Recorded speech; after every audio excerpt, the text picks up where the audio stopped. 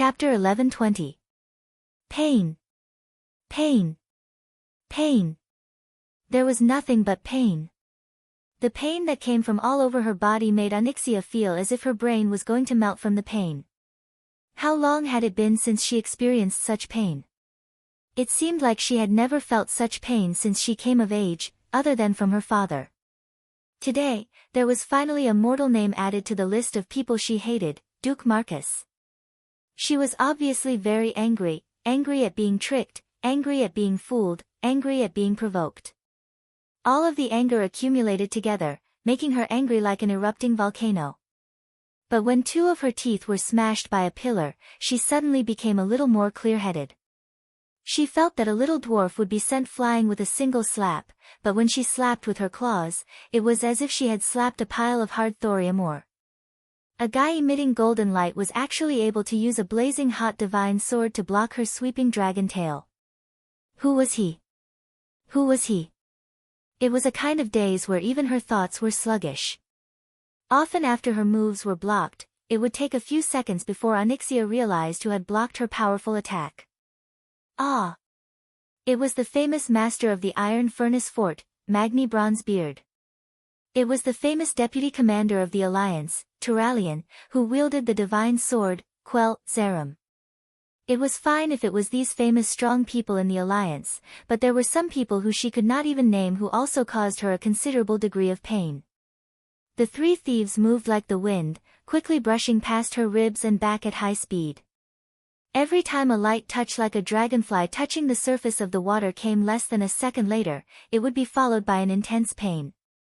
Vanessa, Edwin, and Valera, who were wielding magnificent weapons, were like butchers dismembering an ox, cutting off her dragon scales one by one with their daggers. In the next moment, there would be 3 or 4 arrows filled with the power of nature shooting into her body through the wound, aggravating her injuries. That wound seemed to have become a new target, attracting the attacks of the mages. Then, from the wound, the surging magical elements could ignore the magic resistance of her dragon scales and dragon skin, directly causing damage in her body. After several rounds of continuous attacks, Onyxia felt that her incomparably strong body was gradually losing feeling. The sense of crisis in her heart grew stronger and stronger. It was only at this moment that Onyxia realized how serious the situation was. A true mortal expert had long surpassed her understanding. This was not her fault. After all, with her status as a countess, she usually only saw the stronger Bolvar. She didn't realize that after killing so many demon lords and harvesting so many spoils of war, the experts of the Alliance and the Horde had long since changed their equipment. Each of them was wearing extremely luxurious equipment in this era. These big shots of the Alliance definitely had the ability to kill her on the spot. What made her even more disappointed was that Duque still hadn't sent in all his experts. There were only 20 people fighting. They were divided into 4 groups of 5 and surrounded her from all 4 directions. Including Duque, there were a total of 2 teams that stood further away. What a vigorous life force! Mograine, who was in charge of support and had yet to step forward, exclaimed. Duque pursed his lips. Isn't that so? I took the opportunity to stab her in the chest, but only took away 20% of her life force. Dragons are indeed a combat race specially created by the Titans of creation. In Duque's vision, the battle had only started for slightly more than a minute, and the system indicated that Onyxia's life force was only left with 67%. William, who was now Lagash, came over with the 2 one-handed swords that Jaina had given him. Lord Marcus, when do I go up? Duque looked at the berserk version of William, who still had partial memory loss. When she flies into the sky, it'll be your turn. Duque turned to everyone and shouted, be careful of her, deep breath, in the sky. On the other side, Onyxia was stunned when she heard this. Deep breath? Am I using my full dragon breath? How does he know that I want to fly into the sky to take care of them? Is Duque really omniscient and prophetic like the rumors say? Onyxia suddenly felt a chill in her heart. If that's really the case, what's the point of fighting? The next moment, she changed her mind. She was indignant. really indignant. She had planned for so long and almost destroyed Stormwind from the inside, but Duque's return ruined her plan. Even if she was facing the strongest forces of the Alliance and the Horde. Onyxia gritted her teeth in pain and suddenly flapped her wings, allowing the unique magic of the dragon race to be infused into her back and wings. Her huge figure suddenly rushed into the sky. Oh no! The cage can't stop her. Brawl Bearskin exclaimed subconsciously. However, in the next moment, he was shocked to find that the powerful figures around him did not react. Even the frivolous Gavin Rad was in the mood to whistle, as if he was waiting to watch a show. Watch a show. Watch what show? The Black Dragon Princess is about to escape.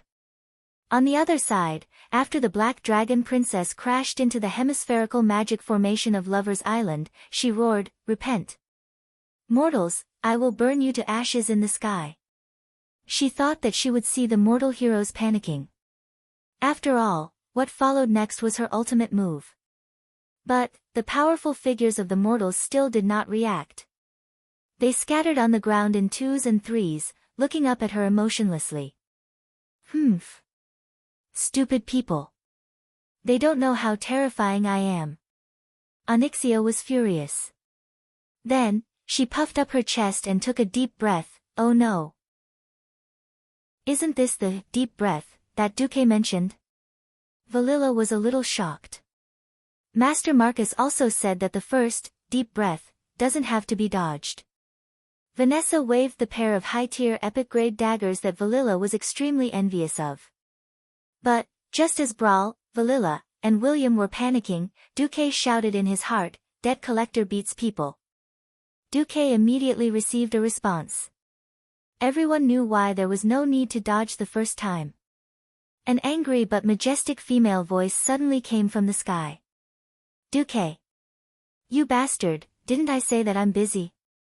Onyxia's dragon face suddenly turned deathly pale. It was not just her. Everyone could tell who the female voice was. It was the Red Dragon Queen, Alexstrasza. Duque spread his hands. But Onyxia can fly. We can't do anything about it. Humph. Give me half a ton of Häagen-Dazs, later, 50 kilograms. Forget it if you don't want it. Duque shamelessly bargained with the Red Dragon Queen in front of the Black Dragon Princess. In the next second, without even bargaining, a translucent red claw the size of half a football field suddenly appeared in the sky above Onyxia's back. Deep breath. F***CKU. The poor Black Dragon Princess was slapped back to the ground by the claw. Chapter 1121. This was cheating and breaking the rules. Why would the dragon aspect take action personally? This was like an adult beating up a baby. Didn't they say that the ultimate experts wouldn't make a move? Even if it was just one hit. But it was enough to be fatal. And yet, a meal of ice cream, Onyxia was overwhelmed with grief. She was as sad and indignant as she could be. She had eaten ice cream before, and it was indeed good stuff. She heard that it was also invented by that damn Duque. But she, the Black Dragon Queen, had betrayed her with just 100 pounds of ice cream. She couldn't accept this result. She was already in a bad situation. Facing an opponent who was a higher level than her, she had no way of fighting back. Onyxia hadn't even flown more than 150 feet before she was slapped back to the ground by the Red Dragon Queen. Onyxia was miserable. Like a cannonball, she crashed back into the Crystal Island. The uneven crystals on the ground stabbed her again. What was even worse was that the dragon breath she had gathered with all her might had exploded in her lungs. Even though a dragon's lungs could store fire, it was still very damaging. Flames that could be sprayed out through the neck, mouth, and nose were few. Most of the high-temperature flames rushed into the bronchi and crashed into the alveoli. Needless to say. Internal injury. This was definitely a very serious internal injury. At first, Onyxia thought that her head was dizzy from the sudden impact with the ground, but she soon realized that it was worse than that. She couldn't breathe. She didn't have enough anatomical knowledge. If she did, she would know that the flames that couldn't reach the alveoli had burned a lot of her alveolar tissues. This directly affected the air that passed through the alveoli and injected oxygen into the blood vessels. On the ground, Duque was a little stunned. He had expected that deep breath would be interrupted, but he didn't think it would be so powerful. Alexstrasza's slap at the critical moment had taken a third of Onyxia's HP. Now, according to the game, they had entered the third stage. Originally, there would be a very disgusting group fear in the third stage. This time, it definitely wouldn't happen. The ability to spew lava from the ground was a skill that only appeared in Onyxia's lair in the Dustwallow swamp. In order to avoid being caught in a chaotic situation, Duke specifically decided to fight in the shallow waters of the Mirror Lake. He didn't want to have to deal with it. At this moment, it seemed that the battle had caused considerable damage. However, this was originally a lake, and the damage to the bottom of the lake was only about a meter deep. It could be said that Duque had used his strategy to minimize the damage. Duque's face turned cold. Teams 3 to 6, attack with all your might. Teams 1 and 2, be on high alert. Onyxia struggled with all her might, but all her movements seemed more like a deathbed struggle. The mortal experts around her, except for a few who could withstand her attacks, were like butterflies fluttering through flowers, nimbly avoiding all of her movements. He continued to widen the wounds on her body, continuing to cause the bleeding effect. It had been 21 years since the dark portal opened. Many combat skills that were supposed to be developed in the future had already been developed in advance due to a certain transmigrator's reminder. For example, the usage cycle of Fury. Now, as long as the warrior profession stood firmly on the ground, they could greatly increase their muscle strength through Fury. Coupled with equipment that could strengthen the Fury circuit, that was similar to a magic circuit, ordinary warriors could often unleash a destructive power that was measured in tons. This was also why after reaching a high level in the realm of heroes, heroes could rely on their own strength to fight a giant dragon. Of course, like old Bull Kane, Taurens were born with high strength. With a high starting point, they became even more insane after the bonuses. Everyone could see that Onyxia was at the end of her tether. The Alliance and Horde experts were like a noose, tightening around the Black Dragon Princess' neck. Soon, she would be unable to breathe and lying on the ground. It was at times like this that the heroes were even more focused. Which expert didn't have a few trump cards? Standing beside Duque, Mograine, Jaina, Tyrande, and Grom all gripped their weapons nervously. Suddenly, Duque turned around. West. A frostfire arrow, the size of a carriage shot towards the void in the west. There was clearly nothing there a second ago. However, Duque's attack created ripples that looked like water. This mysterious spatial undulation spread perpendicular to the ground. Attack! Without any hesitation, Krasis, the commander of the Dalajan wizards who had been waiting at the side, gave the order to attack. With Morning Star wizards as the main force, 2 teams of 300 elite wizards immediately followed Duque's instructions and activated war magic. This was a large-scale magic formation with the purpose of war. With the support of a large number of magic gems in the magic formation, the mana of an individual would be increased to a rather terrifying level. It was equivalent to the attack of 50 Radiant Moon wizards. The torrential rain of arcane missiles suddenly poured into the void. Whoosh! Whoosh! Whoosh! Accompanied by a strange sound, something revealed its true appearance from the void. At first glance, it seemed to be a red mountain peak, as if the Redridge mountain that was thousands of miles away had suddenly arrived at the edge of Stormwind City. Upon closer inspection, it was not a mountain, but an incomparably huge eyeball that was supported by pink biological tissue. Strange. Mysterious. It was overflowing with an evil aura. The purple eyeball with the disgusting yellow color of feces was clearly just an illusion. But when its surging evil will spread out, everyone smelled a nauseating stench. Their stomachs felt like they were being turned upside down, and they wanted to vomit out the dinner they had last night along with their own organs in one go. In the next second, octopus-like tentacles that were at least 1 or 2 stories tall suddenly appeared in the middle of each team, violently lashing out at each of the mortal heroes. The tight formation was immediately thrown into disarray. Damn it! What is this? Gavin Rad cursed. Duque, who was being stared at by the huge eyeball, finally muttered a forbidden name. Ancient God. See, Thun. Although he knew that Onyxia had some sort of backup plan, no matter how wild Duque's imagination was, he would never have thought that an ancient god would personally take action. Without giving them time to react, a huge cluster of red light suddenly shot out from the swelling and changing color of the eyeball. F***CK, this time, it was Duque's turn to curse. This was the kinetic ray of death that players least wanted to see. In the game, this was definitely something that would kill anyone who touched it. Duque did not dare to imagine what would happen to the crowd if they were hit by such a powerful ray cannon. Chapter 1122. Ajax. Duque shouted. The magic circuit in his body spun 100 times faster than usual. The accumulated magic in his body, the magic drawn from the elemental plane, gathered in the void.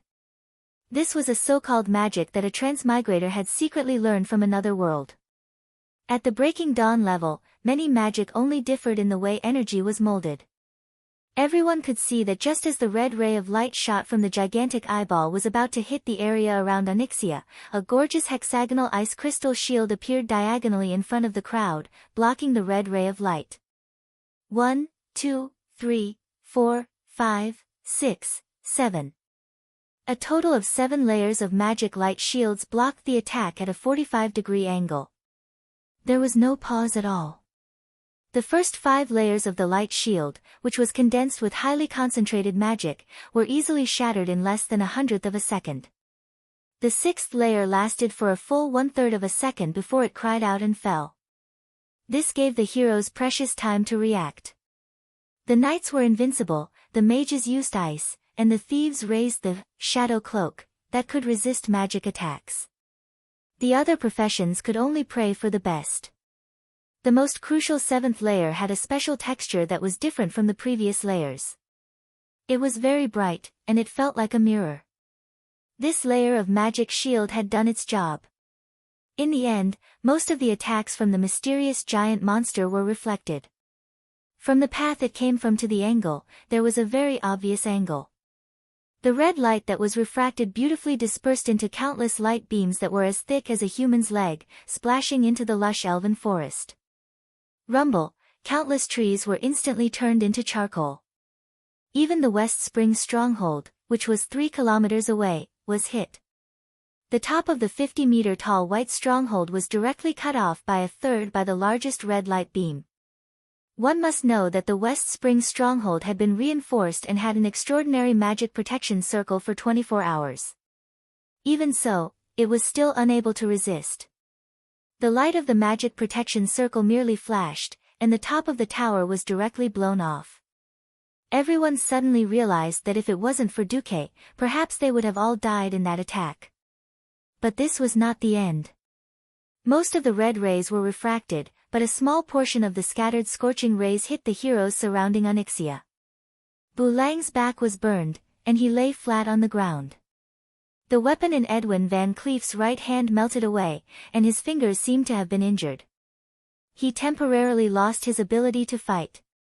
Gina Goldsword's right thigh was pierced, and a bloody hole the size of a baby's fist appeared. She screamed and fell to the ground. Brawl Bearskin was grazed in the stomach, and Valera dragged him behind as he fell. Turayan activated his invincibility and blocked the attack with his divine sword. He was fine, but the bright holy light on his body dimmed by at least half. What Duque was most worried about finally happened. Onyxia seized the rare opportunity and rushed out in one breath. "Don't let her get away," Duque shouted as he flashed forward. Naturally, there were also the 2 teams of experts who had not made a move from the beginning to the end. Mograine directly slashed, and holy light gathered on Ashbringer. In an instant, a huge crescent arc with a diameter of 10 meters appeared, and it directly cut the Black Dragon Princess' left hind leg. Master Roar's famous leap slash was here again. According to the rumors, Master Roar had reached a terrifying level where every time he jumped, an Abyss Lord would definitely kneel. Of course, this rumor was not far from the truth. Bloodhowl drew a beautiful arc of light in the air, and dragon blood splattered everywhere as the axe fell. The Black Dragon Princess almost lost a claw, and her entire left claw was cut in half. She screamed in pain, and her whole body flew out without a care. A figure leaped high, and like a meteor, he attacked the Black Dragon Princess who was trying to get up. Yes. He was one of the clones of the Stormwind King Varian Rin who had lost his memory, the violent and powerful Lagash. In his hands, the two swords formed a cross, and he ruthlessly slashed at Onyxia's neck. That is. Elucia was a little stunned. I gave it to him. It was Jaina who spoke. The weapons in Varian's hands were once wielded by a pair of night elf brothers, Valilian and Levelian. These two magical elven swords were called Shalader and Aramine, which meant Shadow Ripper and Shadow Plunderer in Darnassus. In the Battle of Mount Hyjal, these two brothers died in battle, and the two swords were once taken by a demon.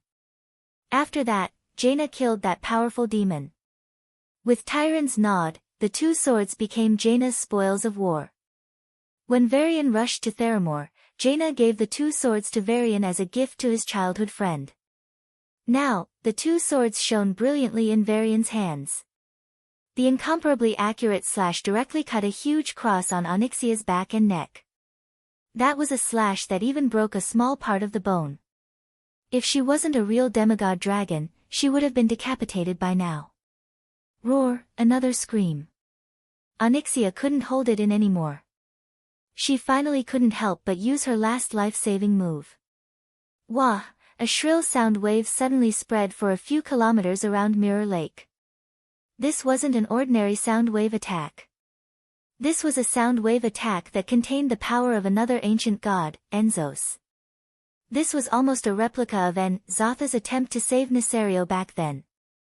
Although it was much weaker, the target was no longer the four dragon kings, but mortals. The shrill sound passed through all defenses, ignored armor, holy light, and elemental power, and directly entered the minds of the heroes. Pft, pft, pft. The heads of the mortals who were slightly closer, whether they were mages or ordinary knights, exploded like watermelons. This kind of soul explosion directly hit their minds. Even people with strong wills like Theon and Sai-Dan couldn't help but cover their heads and kneel on the ground in pain. Even Duque, who had the strongest mental defense, was shocked to find that 6 out of the 7 mental defense barriers he had set up in advance had been broken, and the last barrier was also on the verge of collapse, shaking like waves. Onyxia finally flew, not just by relying on her tattered wings, but also the dragon language magic that had the ability to float. Before she flew up, she turned back and gave Duque a fierce look. She hated him. She deeply imprinted this human man who had almost tricked her to death in the depths of her soul. That's right, she really wanted to turn around and bite Duque to death. But she didn't dare. Chapter 11:23. She realized that Duque was not affected as much as she thought. Looking at his reaction, he would probably return to normal in a few seconds. Perhaps she could bite Duque to death, but that would ruin her last chance to escape.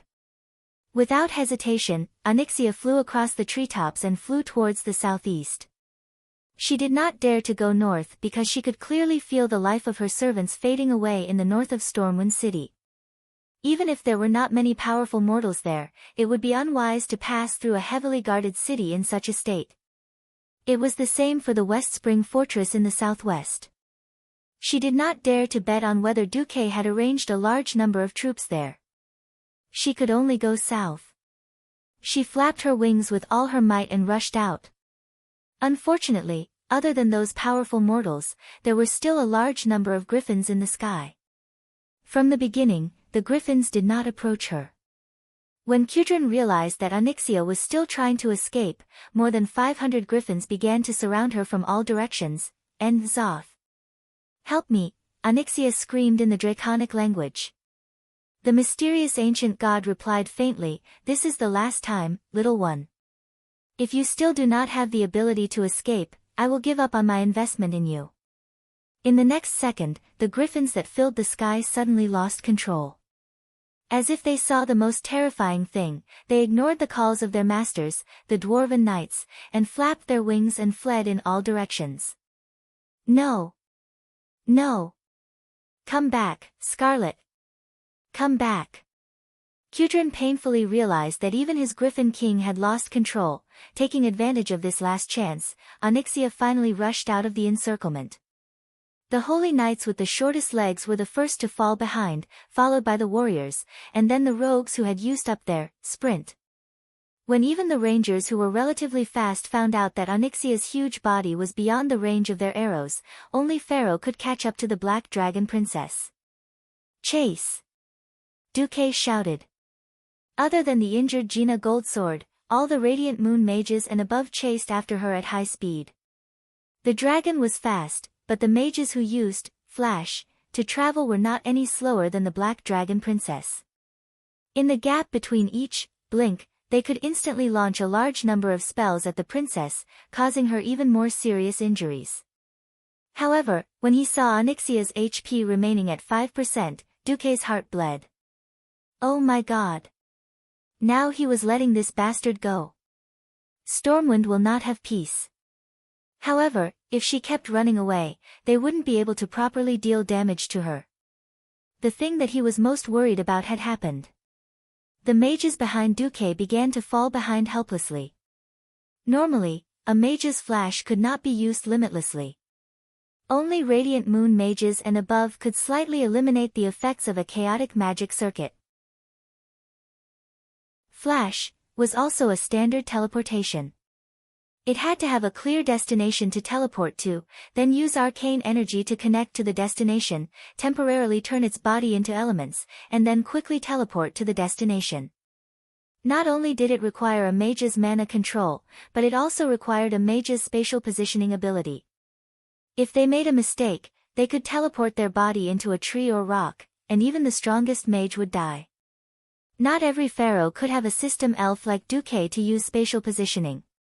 It was better in the open plains, but once they entered the elven forest, mages like Solarian were the first to fall behind. Then Jaina, when they reached the twilight forest, even Ronan was left behind. Only Duque chased after the Black Dragon Princess, relentlessly repeating the process of flash, instant magic bombardment, and flash, again. Duque! Give up! You can't catch me! Onyxia shouted in midair. Duque felt like he was in a trance. He didn't think that a dragon's vitality would be so abnormal. Perhaps she used some secret technique, but according to the system elf's judgment, the Black Dragon Princess HP was slowly recovering. And she had intentionally recovered her wings first. Although she couldn't fly high, she was still in the Air Force. Duque couldn't fly, so he was at a disadvantage. Ha ha ha! You can't catch me! I'll escape, and then I'll keep raiding your territory. I'll burn your beloved subjects, your beloved women to ashes. Duque didn't say a word and shot a dozen frostfire arrows. Unfortunately, he only hit twice, and the princess cried out in pain. Just like that, Onyxia continued to flee in the sky, cursing as she ran, while Duque continued to chase after her until he reached a certain place. Suddenly, Duque stopped and stopped using flash. The furious Black Dragon Princess was no longer in a hurry to escape. Although she was covered in wounds and couldn't hold on much longer, the ecstasy of escaping made her so excited that she couldn't control herself. Ha ha ha! Can't play anymore. Can't fight anymore. Or are you finally going to give up? Duke Marcus, I told you, you can't catch me. Just you wait, I'll soon recover from my injuries, and then I'll launch the most horrifying and tragic revenge on you and your damn country. Duque was silent for a full 3 seconds before he suddenly raised his head 45 degrees. He had a mocking smile on his lips. Ha ha ha. Ha ha ha ha, the shrill laughter pierced her heart like a sharp arrow, causing her heart to hurt even more. A dragon's heart was huge and powerful. Duque's sneak attack directly pierced through one of her ventricles. If she wasn't a dragon that had stepped into the demigod realm, she would have died a long time ago. She hated it. So, Duque's laughter deeply provoked her. What are you laughing at? Nothing. I'm laughing at your ignorance and stupidity. What dash, the princess roared angrily. I've always dreamed of luring you here. Although I always thought that I wouldn't have the chance, who knew that you would come here yourself? Onyxia suddenly had a bad premonition. She suddenly turned her head. Although there was a mountain separating her from the place where the energy was converging, she could still clearly feel that there was a ridiculously huge amount of magic power gathering not far away from her. Little female dragon, when you go to hell, if anyone asks how you died, don't forget to tell them, you died of stupidity. This is already the territory of Karazhan. The blood drained from Onyxia's dragon face. Careless. She was really careless. She didn't dare to run to Stormwind City in the north, and she also avoided the West Spring stronghold in the southwest. In the end, in her panic, she was unintentionally chased by Duque from the northwest, so she subconsciously ran southeast. In the end, she ran headfirst into the range of the scariest wizard tower in the world, and it was even Duque's wizard tower. There was a path to heaven, but you didn't take it. Instead, you barged into hell. Die, Onyxia. Chapter 1124. The dark night was suddenly split open by a strong flash of light. A bolt of lightning as thick as a river descended from the sky and gathered at the top of the wizard tower that reached into the clouds. Then, it shot out again, traversing 1,600 meters of empty space, exploding the peak of a small mountain, and finally blasted Onyxia, who was hovering in mid-air without any deviation. Ah! The black dragon princess scream was so King melodious. It was clearly a scream, but Duque's bones softened when he heard it. There was no reason. It was for the indescribable thrill of a first kill. This was not a boss in the game that could only hide in dungeons for players to attack or be attacked.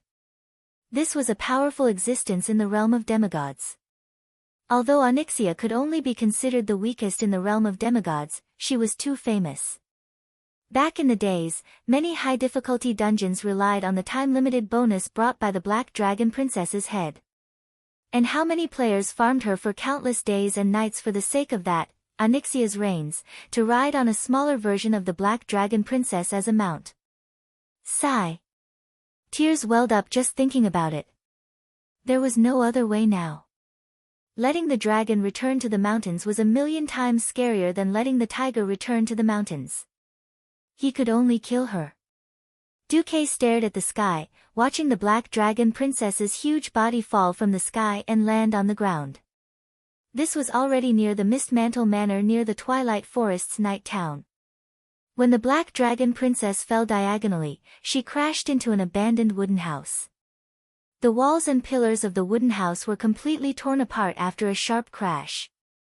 The bricks and wooden boards, dust and pillars all broke, and then exploded, turning into dust and debris that splattered outwards. In an instant, half of the manor had become ruins, and smoke and dust filled the air. Duque rushed over at high speed, and something unexpected happened. When he approached with his magic shield and ice barrier activated, he suddenly heard what should have been a long-lost murmur. This sound passed through his eardrums and echoed directly in Duque's spirit seat. Do you have a girlfriend? When are you getting married? When are you going to have kids? Wait. This is the murmur of the ancient gods. Didn't that bastard Enzos claim to have given up on saving Onyxia? Before Duque could react, the whispers suddenly changed. Hee hee. It really is you. Although I don't know how you transmigrated 10,000 years ago, do you think that the little trick you played with me 10,000 years ago will still be effective 10,000 years later? This was clearly Enzo's voice. The declaration made by this voice gave Duque a very bad feeling. Not good. Not good. Not good, that's right. The imaginary mental barrier I created with the system 10,000 years ago resisted Nzot's whispers.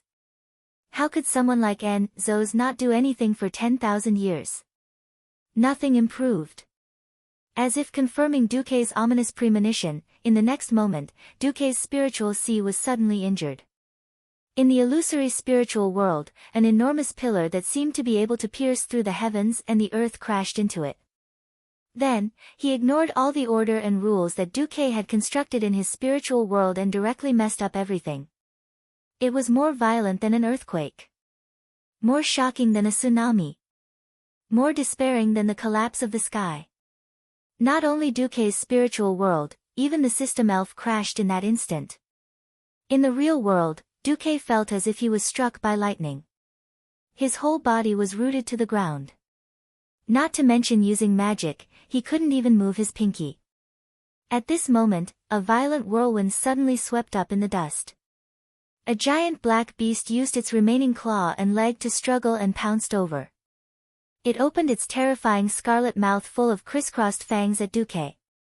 The world suddenly became silent. Everything was light and fluttering. Duque, who came back to his senses, saw the world in front of him turn black and white, and finally came to a realization. F***ck. I'm dead. I'm actually dead. This doesn't make sense. This is impossible. If there's no reason for this, it would be strange.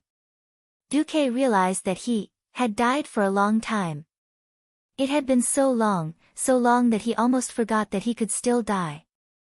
The horrifying pain of his body being torn apart still lingered on his soul. Duque suddenly shivered. It couldn't be helped. Being torn apart by an enraged black dragon was definitely not a pleasant experience. This made Duque think of his first death in the Elven Forest 20 years ago. Damn, wasn't the one who killed him a wild boar named Prince?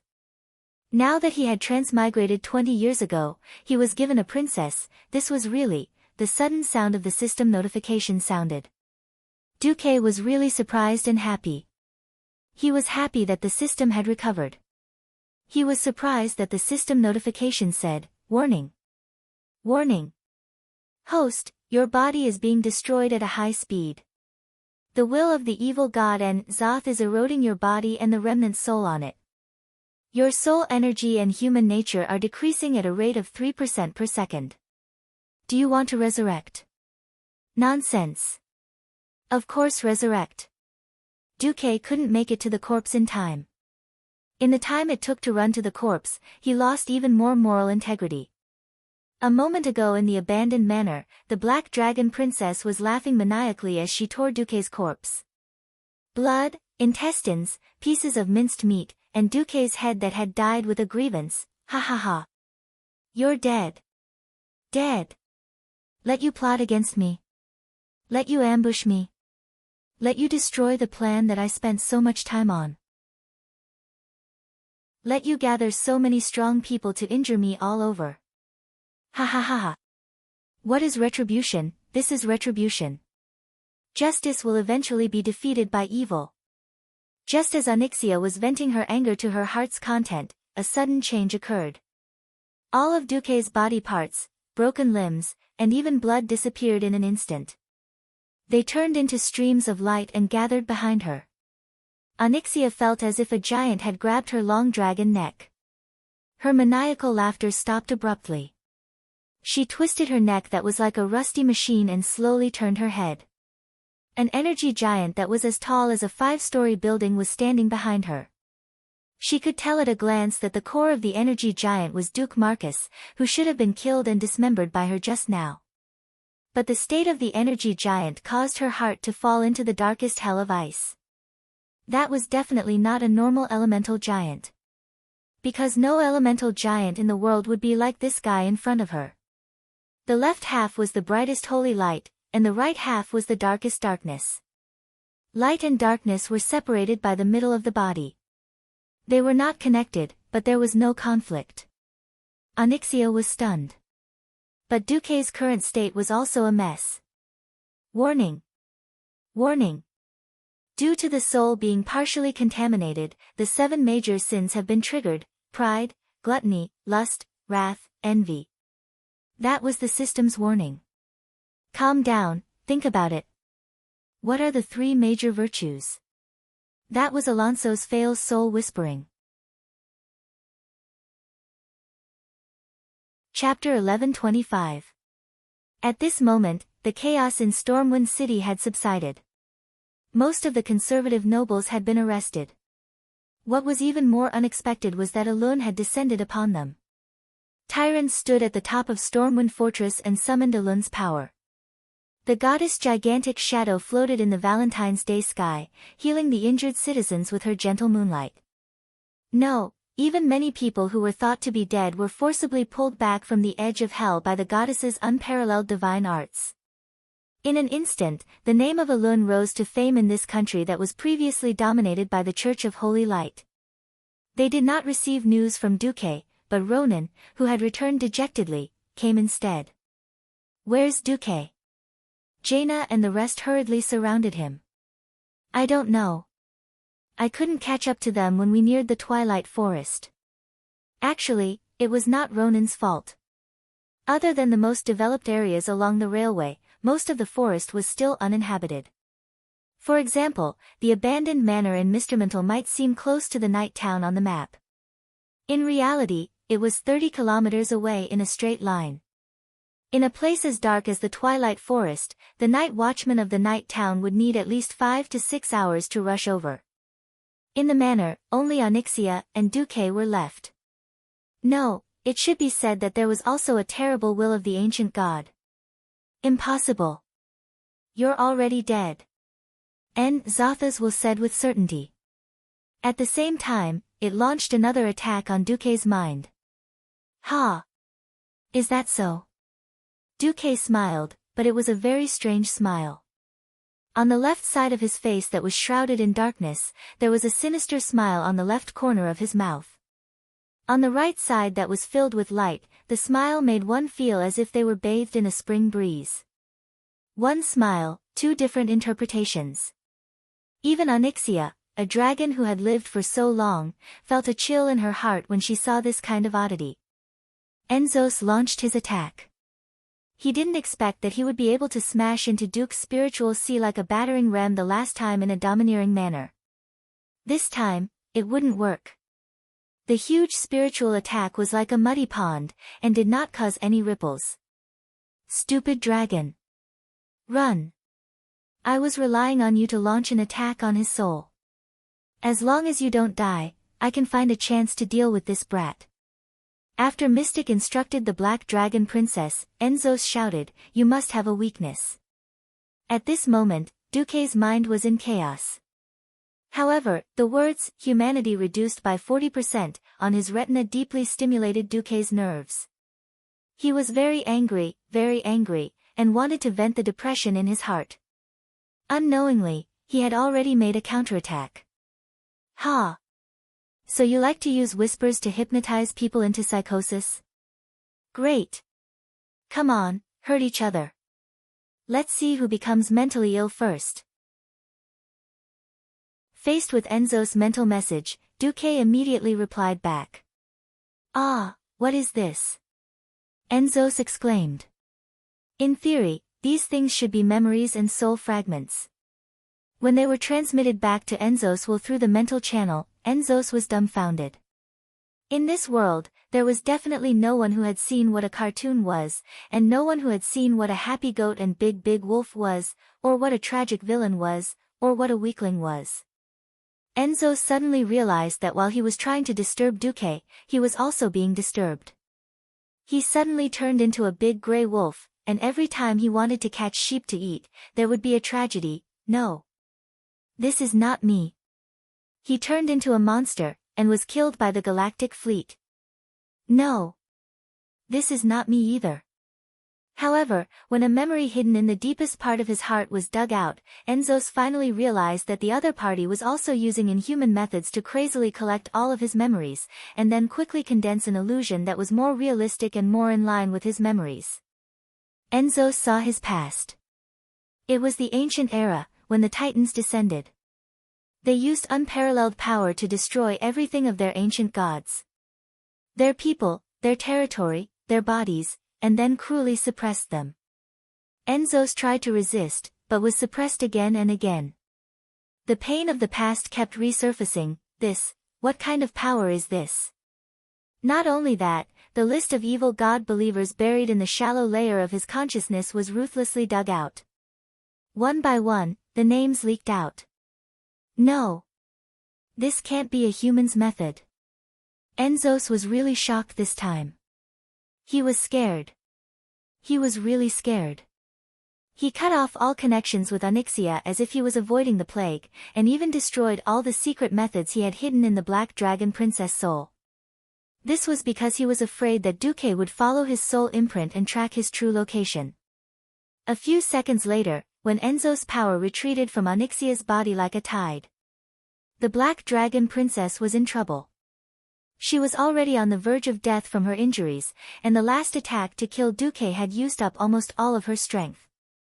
Now that she saw that Duque had actually defeated Enzos in the domain of consciousness, she was scared out of her wits. Her huge body staggered, and she could barely move. Her survival instinct was still urging her to escape from this man who was unknown whether he was a god or a demon. At this moment, Duque's consciousness was a little unclear, and he almost instinctively chased after Onyxia. This was because the system clearly indicated that Onyxia still had 40% of his soul in her body. Host. It is strongly not recommended to kill the Black Dragon Princess. The part of your soul that was separated due to your death is already quite unstable. Once Onyxia, who is the carrier, dies, there is a high chance that the part of your soul will dissipate along with her soul. What the heck? I can't kill her.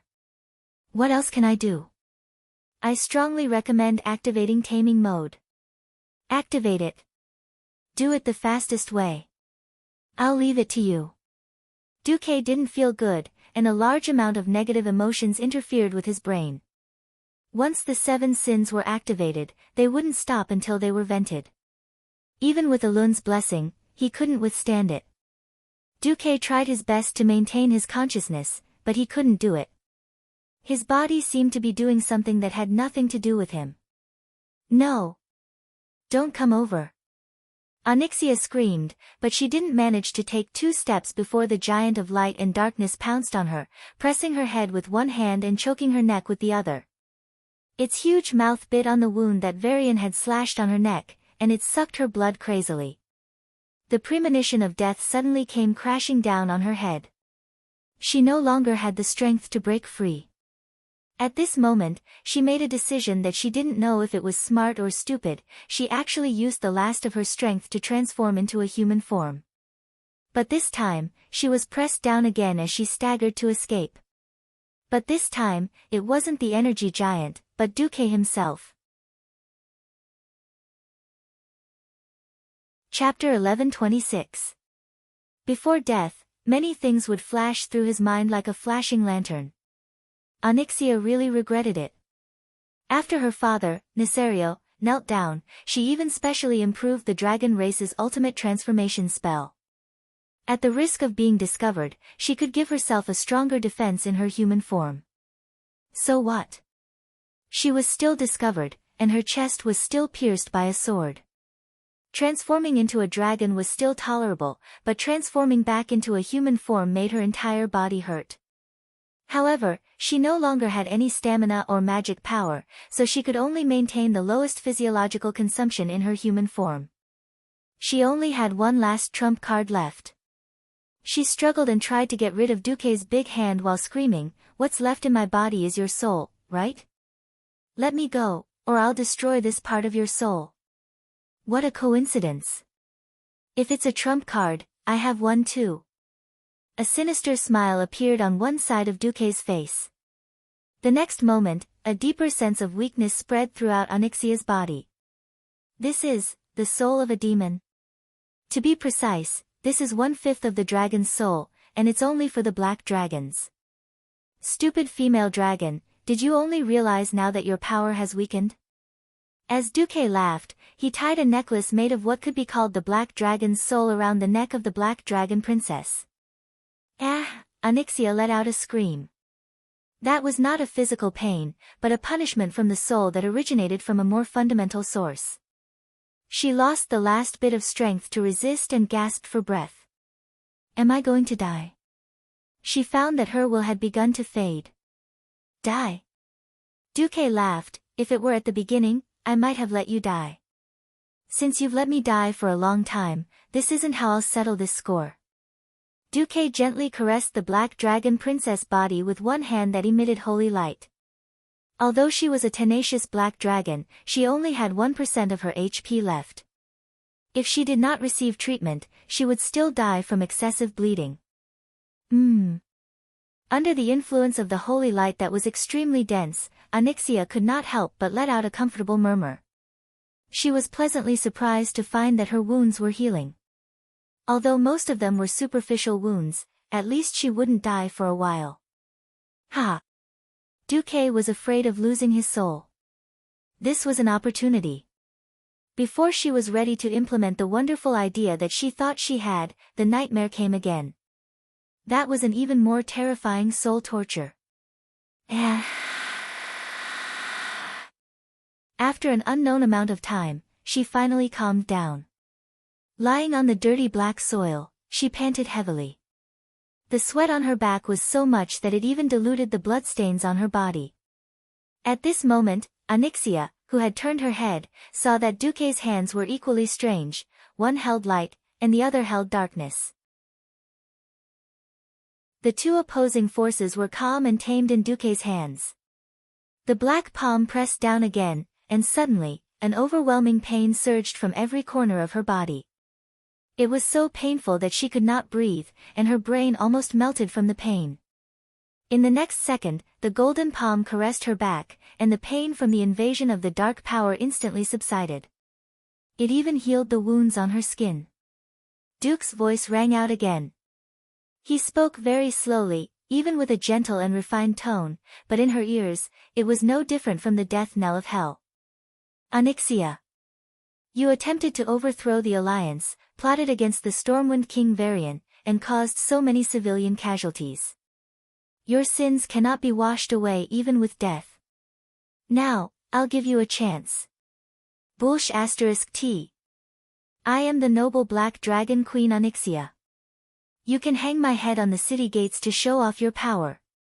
But don't expect me to yield. Give up, I will not yield even if I die 10,000 times. Onyxia scolded. Well said. Then you can die 10,000 times first. Duque's black palm pressed Onyxia's beautiful head into the mud. In the next moment, a dark impact similar to Mind Blast directly hit her spiritual world. She suddenly saw many unimaginable scenes. It was the reflection of her fighting in her lair in Dustwallow Swamp. Who was he? Who were they? Facing 40 strong mortals who were like wolves and tigers, she desperately resisted. She slapped with her claws, bit with her mouth, swept with her tail, and burned with her strongest dragon breath. But she lost. Again and again. She was defeated countless times, and her most precious treasure was stolen. Then, she was skinned, and even her head was hung on the gates of Stormwind City. No, no, no. All of this was fake. The first few times, she could still hypnotize herself. But that feeling was too real. Touch, taste, smell, all 5 senses. Then, day after day, year after year of failure. The frustration and humiliation brought by endless failure accumulated in her heart again and again. Onyxia, who had once thought herself strong, began to lose confidence. She didn't know that this was someone's system genie.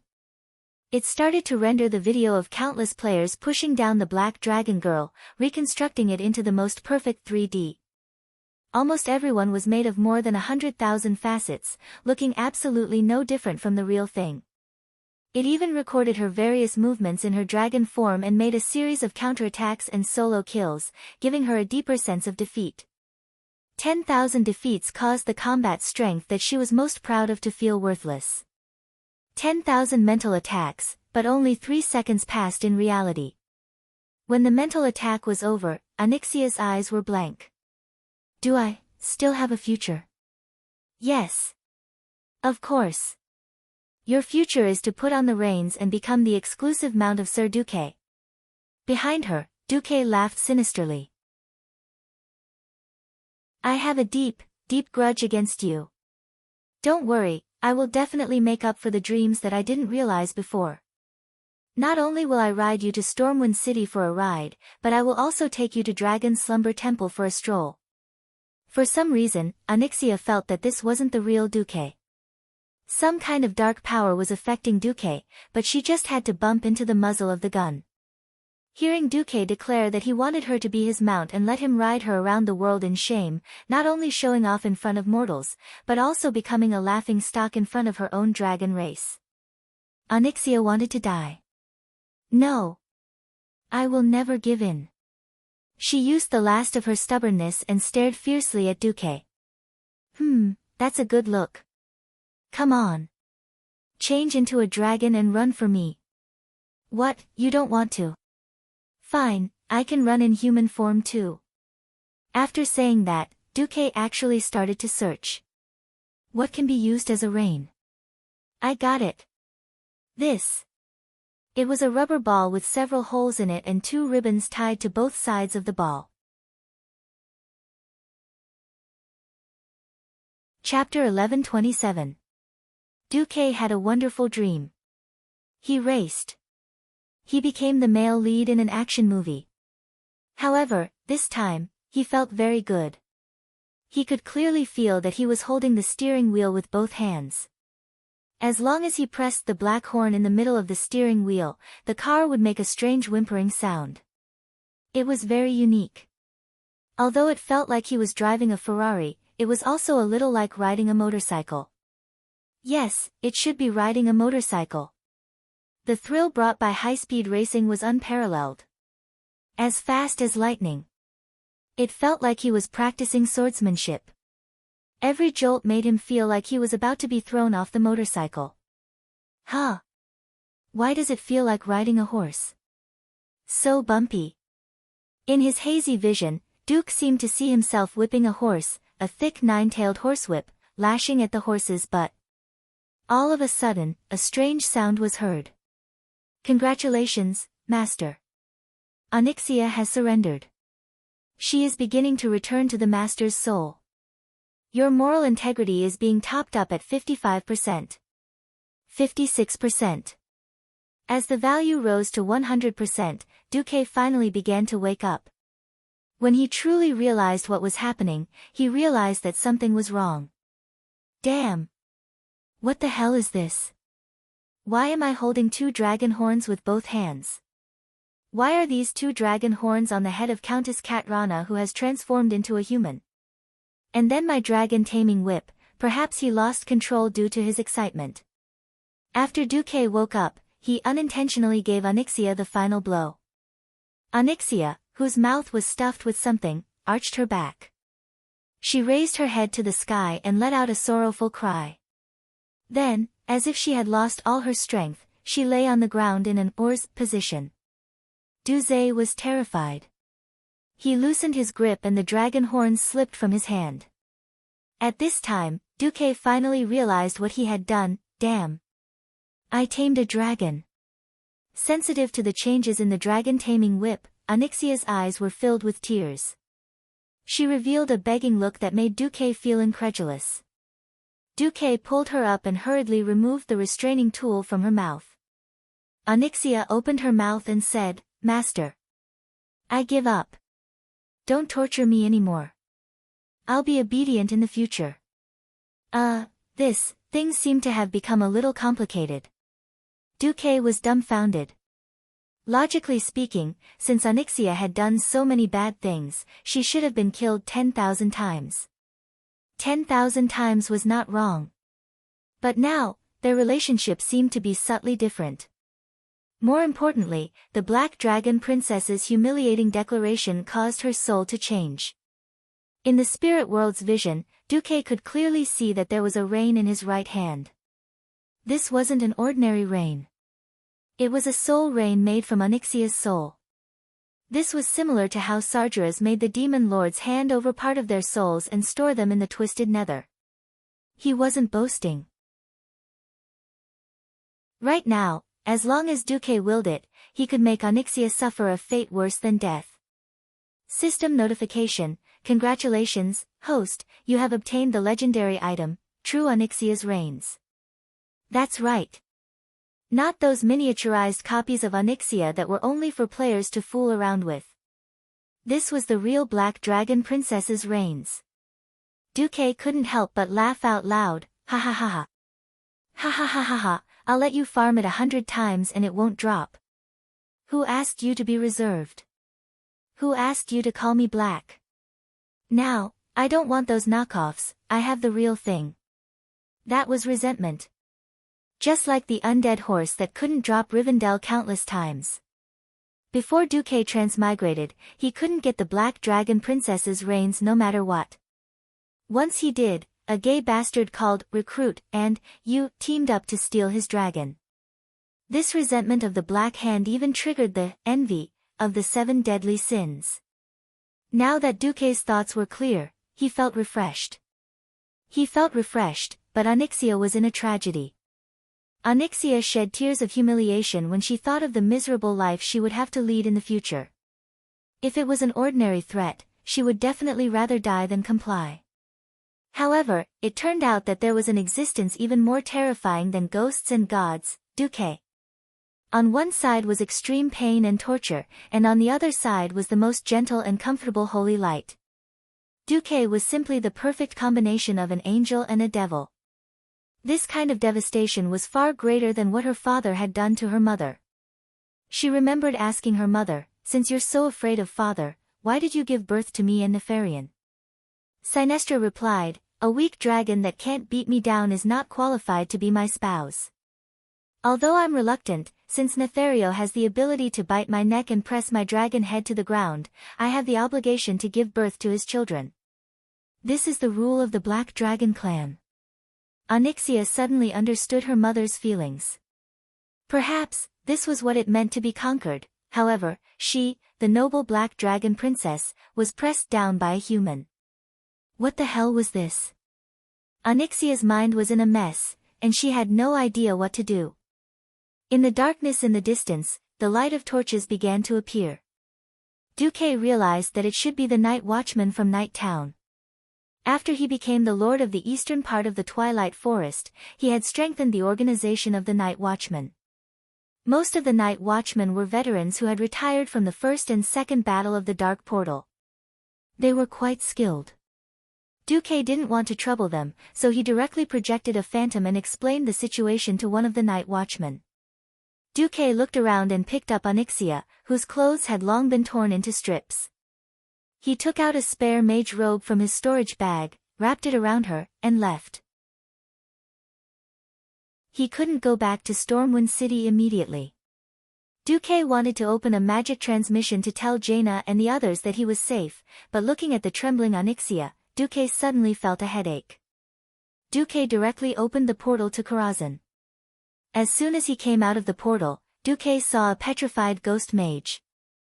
Khadgar, alright. Duque had almost forgotten about his existence. Now it seemed that this guy was still very dutifully helping him take care of Karazhan. Wah! Beloved master. Although I know you're very busy and don't have time to take care of your mage tower, you shouldn't give me such a big fright the moment you come back. Khadgar looked left and right at the trembling Onyxia, who was wrapped in the mage robe behind Duque, with an expression that said, I understand. Duque's face was red, and he gave the reins to Khadgar. Find a place to hide her. Don't let her escape, and don't believe anything she says. Other than the minimum amount of food and medical supplies, don't give her anything. Understood?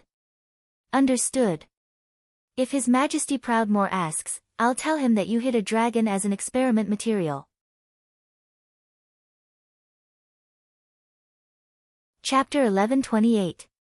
Karazhan was very big. Not to mention hiding a person, it would not be a problem to stuff half of the dragon's slumber temple inside. After a few turns, Duque brought Onyxia to the huge astrological hall that should have been where the Nether Dragon was. You stay here. Wait. Without giving the princess of the Black Dragon a chance to argue, Duque stuffed her in and quickly put the most powerful compound seal on the space to prevent her from escaping and to prevent anything from coming into contact with her. Now, Onyxia had finally given in. Submission was a far cry from obedience. Obedience was a far cry from deference, and a far cry from complete loyalty. This wasn't a game, and Duke couldn't see the loyalty. Moreover, the Black Dragon race's talent was in scheming. Duque did not dare to be careless at all. After quickly dealing with Onyxia, Duque finally dared to answer their magic messages. Duque, are you okay? If you're not dead, make a sound, Cervantes shouted nervously. Humph. In front of the magic mirror of the Storm Stronghold, the Alliance and Horde bigwigs who were concerned about Duque were all speechless. What the hell was this? Okay. It is indeed Duque. Jaina shrugged. Duque, I'll deal with you when you come back. Queen Sylvanas was a little mad. In the mirror, Duque looked wronged. You told me to make a sound if I'm not dead. You're in the right. On the surface, she looked angry, but everyone could hear the surprise in her voice. Soon, Duque opened a portal and returned. What's the situation? Did you let her escape? Bolvar was the most nervous and the first to rush up to ask. It was not just him. All the bigwigs in the Storm Stronghold were extremely concerned. Many of them had participated in the siege organized by Duque. Obviously, everyone knew that not every time would have a good ending. For example, the last time they ganged up on Arthes, he was forcibly rescued, leaving behind endless trouble in the future. Duque smiled. Although I suffered a bit at the hands of Enzos, I didn't let you down. With that, Duque swung his arm and threw a sword that looked like a machete to Valera, who was nervously following behind Varian. She subconsciously grabbed the handle of the weapon and was a little confused. Duque had a smile on his face. Viscalo the Bloodletting. It's yours. Valilla examined the sword carefully, her face showing an expression of ecstasy. This was an era where epic equipment had yet to become commonplace.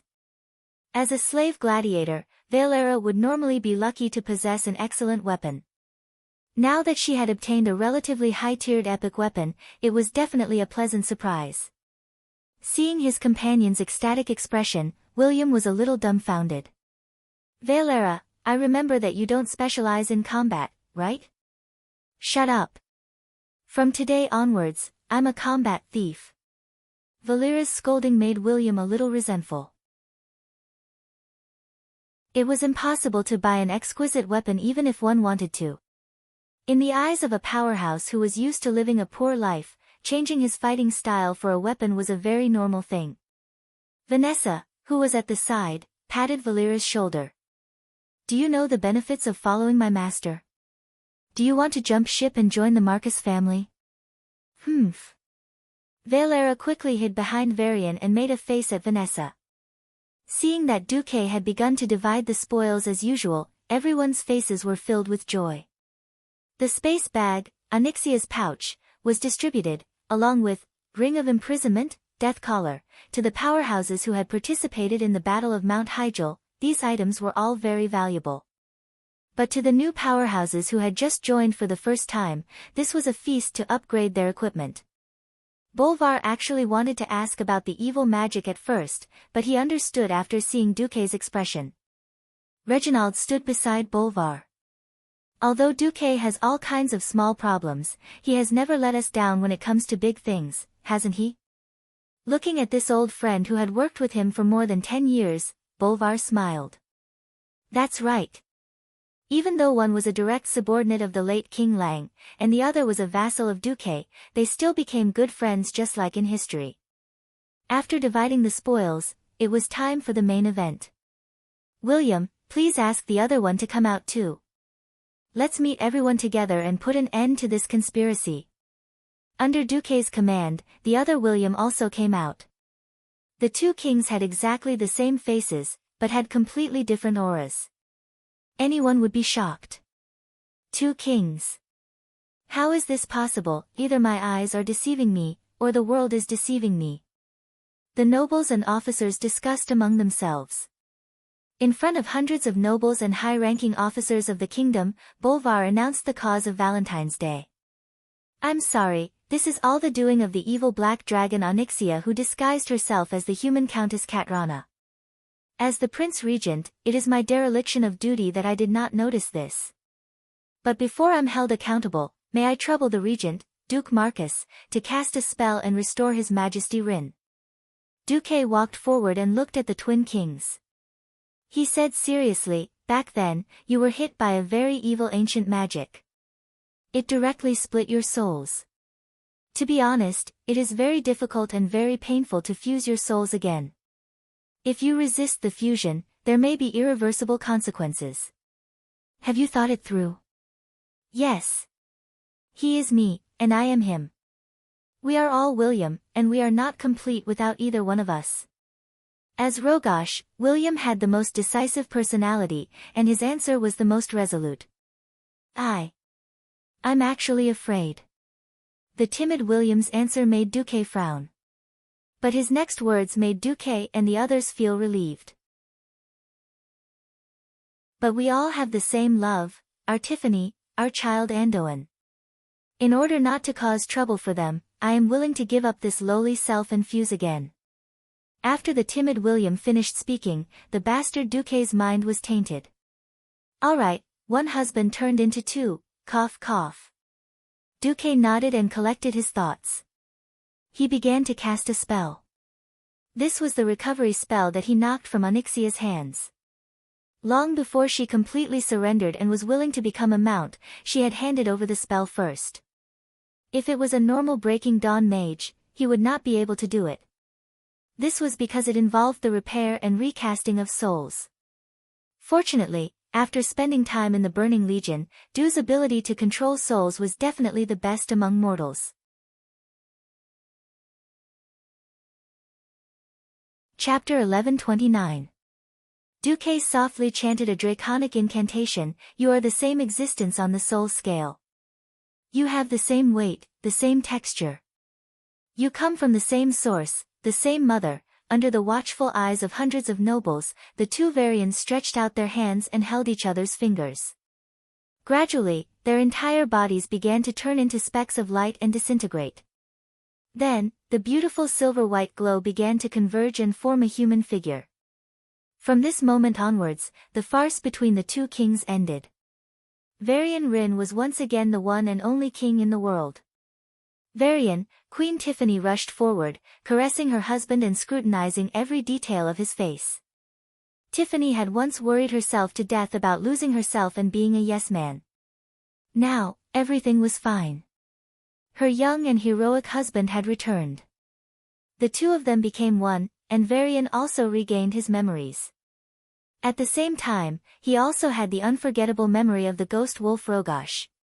He had many things to tell his lover, but in the end, thousands of words were stuck in his throat. All he could say were a few words, I'm back. The king and queen of Stormwind passionately kissed each other in public. This, of course, won the cheers of the entire audience and the most enthusiastic applause. That's right. The backbone of Stormwind had returned. After the farce was over, Bolvar dropped a heavy bomb, our most beloved king has been turned into a puppet by evil magic. The evil Countess Katrana and Risto took advantage of the situation and almost stole the power of the kingdom. No matter what, as the regent, I have failed in my duty. From today onwards, I resign from my position as regent and ask for punishment from His Majesty. For Dragon, you. Varian was a little dumbfounded. Before Varian could continue speaking, Bolvar knelt on one knee and continued, Your Majesty. Merit must be rewarded, and mistakes must be punished. This is the principle of a good king that cannot be shaken. Your Majesty, please confiscate all of my fiefs as an example. This move of Bolvar's was beyond everyone's expectations. In the next moment, everyone realized Balver's decisiveness. Think about it, the king had been split apart by magic, and Bolvar was merely guilty of not investigating, yet all of his territories had already been confiscated. What should be the punishment for those nobles who collaborated with Onyxia to force the abdication and persecuted Duque? The crime of treason was unavoidable. In that instant, Duque understood Balver's good intentions. Duque bowed and said, "Duke for Dragon is right. Merit will be rewarded, and mistakes will be investigated. I have the title of regent, but I haven't really assisted His Majesty for so many years. I have also failed in my duties. I ask His Majesty to allow me to resign as regent." Duke's action was a classic example of returning power. The abdication of the two regent kings at the same time meant that William, who had regained his sense of self, could finally show his power. At the same time, this was to wipe out all the pests and nobles and nail them to the pillar of shame. William turned around and said in a deep voice, "I understand the efforts of the two regents. I thank the two Grand Dukes for their continued service to me and to Stormwind. I hope that the two of you can assist me in the future. I'm still young, and there are many things I don't understand. Please do your best to teach me. As for those degenerates, as long as there is concrete evidence, I will definitely sentence them to death in the name of William Rynn." The wrath of the emperor would result in millions of corpses. This was not an exaggeration. As the king, once he made the final decision on this matter, there was no room for maneuver. Tomorrow, there would probably be a massacre. That had nothing to do with Duque anymore. Duque closed his eyes gently.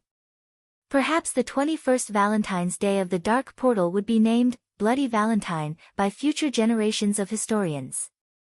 But so what? Stormwind had rotted, and surgery had to be performed to remove the rotten flesh. Only then would there be a chance of rebirth. Otherwise, if it continued to grow, no matter how lush the tree looked, it would only end up rotting internally and eventually collapse.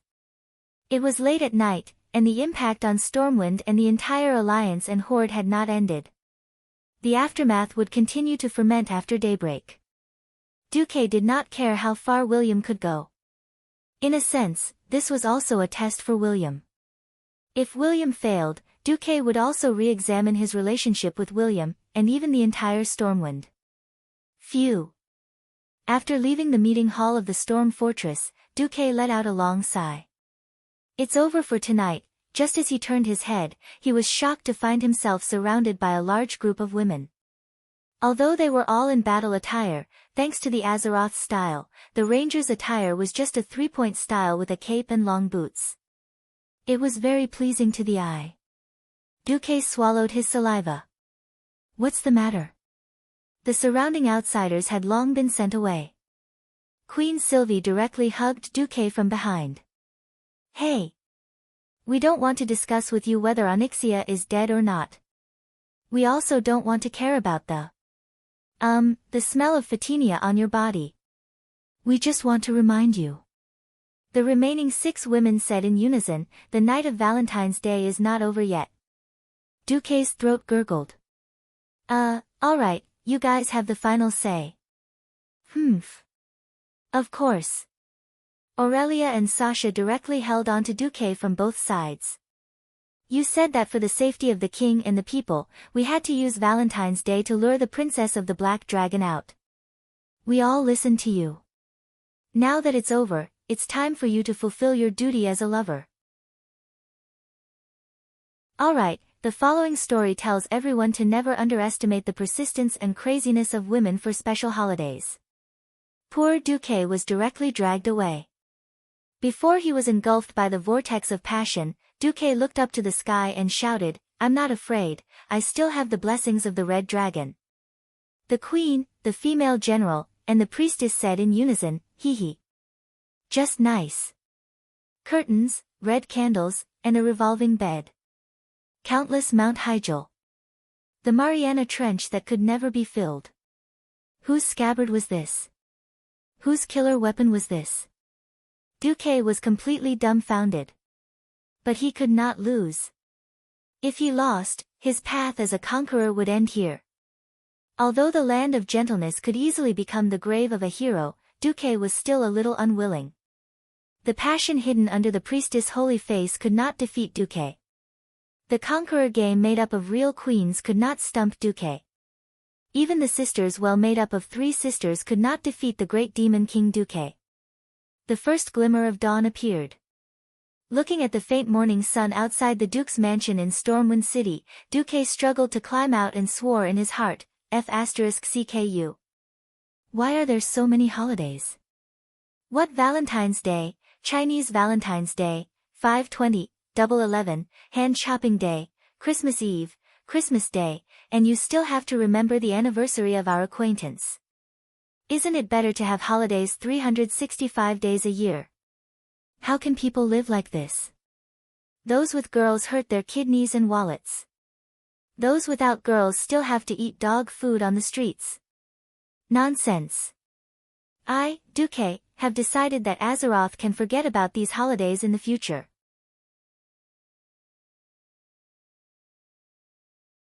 Chapter 1130. Brother Duque, I won't be able to see you again for a long time. Can you leave a mark on me so that I can reminisce about you at night without you? Kalia begged Duque softly. No problem. Duque replied energetically. System Elf, host, I just detected a slight decrease in your humanity, moral integrity. Did something happen? Duque carried Kalia's white thigh and used 999 consecutive godly sword stab while replying resolutely, nothing. The Alliance and the Horde defeated the evil Black Dragon Princess Onyxia and saw through the conspiracy to overthrow the Alliance. They then punished the fallen nobles who were in cahoots with the evil. This result was worthy of celebration. William did not disappoint Duque. Not only did he execute most of the nobles who were in cahoots with Onyxia, but he also returned Duque's territory. Together with Bolvar and Duque, he reformulated the rights and duties of the nobles. He took back the right to station troops and tax, as well as prohibited the local nobles from privately passing local laws. All local laws had to be applied to Stormwind City first, and only after they were approved could they be implemented. While William was strengthening the royal authority, he also began to draft the Constitution of Stormwind. Not only did it have regulations for the people and nobles, it also started to restrict the unlimited extension of the royal authority. Drafting a constitution was not something that could be done in a day.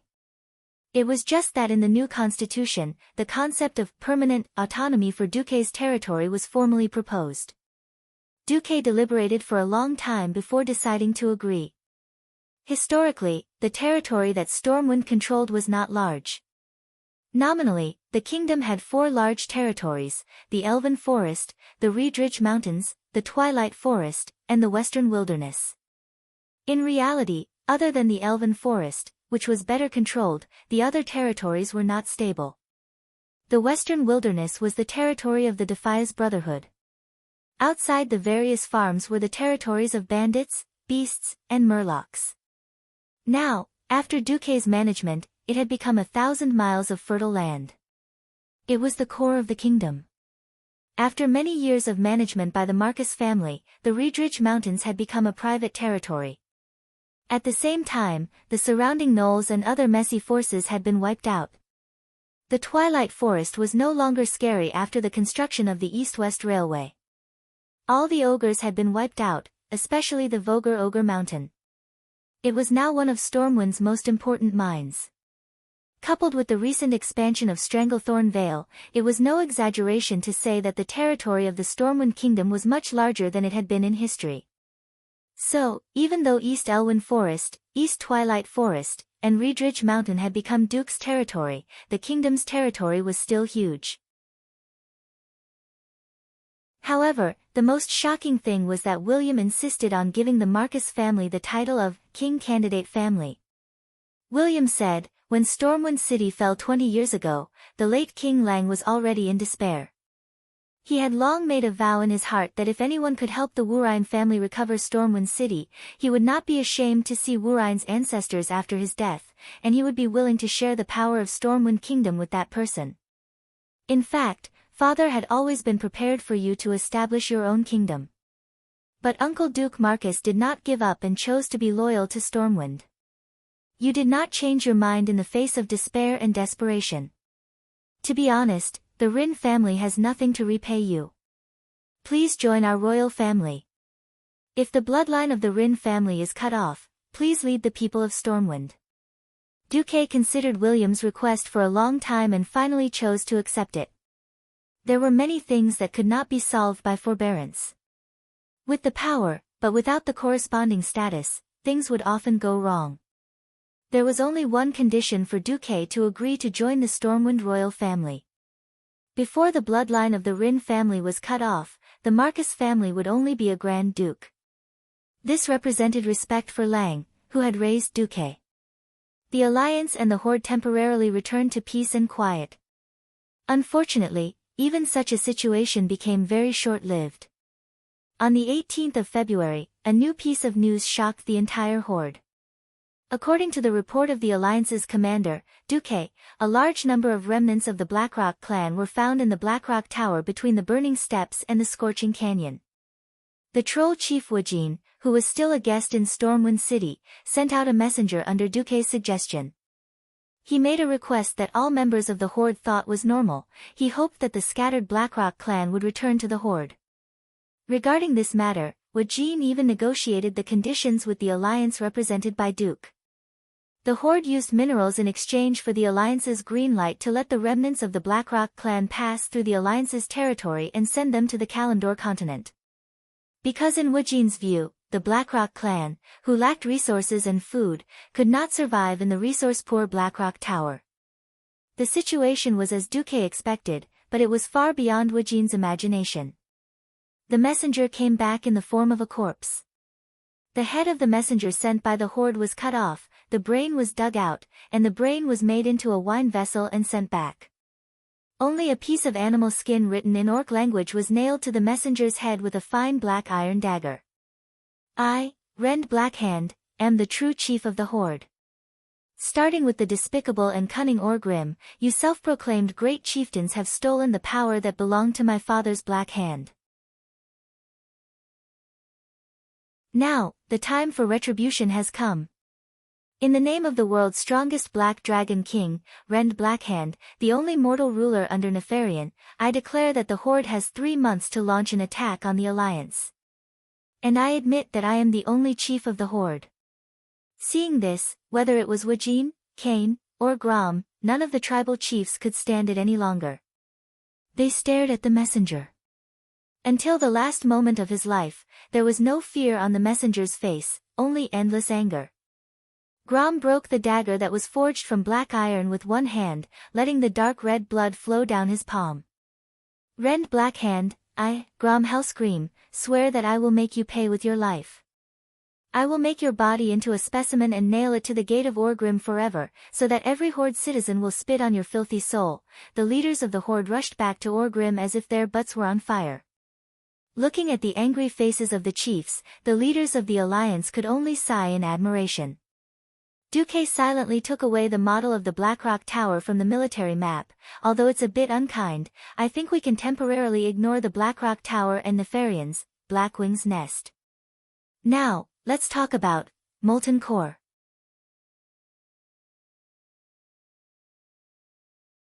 Chapter 1131. In the conference hall, as Duque's maid and assistant, Solarian began to distribute the reports to the Alliance's bigwigs. Almost every bigwig frowned when they saw the reports. Duque explained, the attacks have become more frequent since last autumn.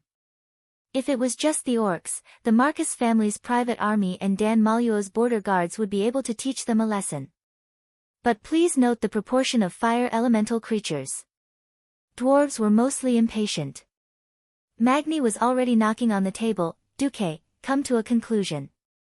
Duque smiled bitterly. I estimate that the Flame Demon King Ragnaros will launch an all-out attack on Stormwind City and Iron Furnace Castle in July at the latest, in the middle of summer.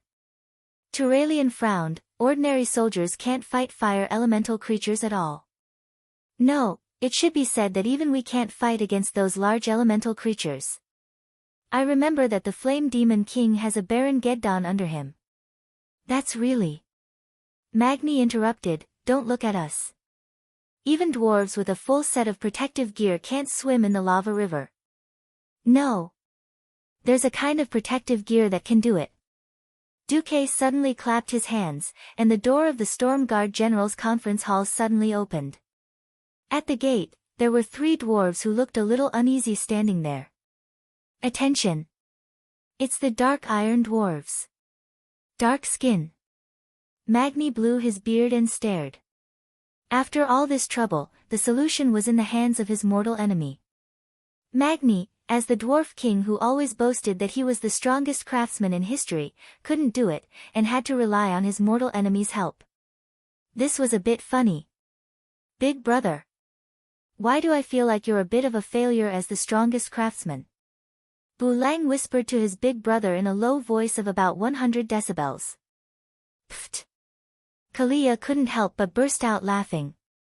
With the first one taking the lead, the rest of the queens and female generals all laughed wildly. Even the more experienced soldiers like Mograine had a hard time holding it in. Being shot in the back by his own brother, Magni had no regrets this time. Magni punched his brother directly. Alright, dwarves were just that direct in expressing their feelings. Duque ignored the emotional exchange between the bronze-bearded dwarven king brothers and began to introduce the 3 dark iron dwarves. They belonged to a neutral dark iron dwarf organization, the Thorium Brotherhood. With Duque's explanation, everyone finally understood. The Thorium Brotherhood was formed by a group of extremely talented black iron dwarven craftsmen and blacksmiths. They were one of the most outstanding miracles of Azeroth. They had the knowledge to create the equipment and weapons of the Flame Lord, Ragnaros, but they lacked the manpower to obtain the necessary materials. Now that Duque had contacted them, they agreed to sell the legendary Dark Iron Dwarves equipment recipes. After the 3 Dark Iron Dwarven craftsmen left, Turalian raised his doubts. Is their formula reliable? Duque replied, Ragnaros' lair, the Molten Core, is a fiery hell. Mortal armies are pointless there. If we want to eliminate this scourge, we can only send a group of heroic powerhouses to fight him. In that place where even the frost element is extremely thin, even Breaking Dawn wizards can't hold out for long. We have no other choice. But I believe that His Majesty Magni's knowledge will help us verify these equipment recipes. Magni, with a panda eye, puffed out his chest and sucked in his stomach. In the end, everyone laughed again. Duque turned and pointed to a place on the military map. Ronan, go to Azhara. This is, on a small island in Azhara near the Endless Sea, look for a water elemental creature called Duke Hydraxis. He can represent the Hydraxian water elemental army. Legend has it that these water elemental creatures are the mortal enemies of Ragnaros and his army. Ronan nodded, understood. The one who understood the enemy the most was the enemy, and the enemy of the enemy was one's friend. This was an unchanging truth. It was definitely beneficial for the Alliance to go there. After that, Duque put Bulang and Reginald in charge of dealing with the Blackrock orcs that came out of Blackrock Mountain. He turned to Turalian. Turalian. I want you to lead a 10-man heroic party into the Molten Core. It's to scout the way, and also to prepare materials for fire-resistant equipment such as Magma Core and Blazing Core for the frontal attack. Won't it alert Ragnaros? It's unlikely, according to the Thorium Brotherhood. As long as you don't attack the Lord-tier monsters. The unintelligent Molten Giants and Molten Hounds are like weeds in the ground. There's no way to kill them, and no Lord-tier monster will care. Turalian immediately understood his mission, then I'll collect materials near the entrance. At this time, Mograine asked, Onyxia, what happened to her? Duque's expression was a little interesting. He rubbed his nose awkwardly. This should be considered a seal. I have complete control over her now. But the Red Dragon Queen Alexstrasza wants me to subdue her. Since Nisario's death, the position of the Earth Guardian has been lost. This has caused the effectiveness of planet Azeroth's magic formation to weaken, indirectly holding back the power of the Dragon Slumber Shrine. Duque decisively pushed the blame.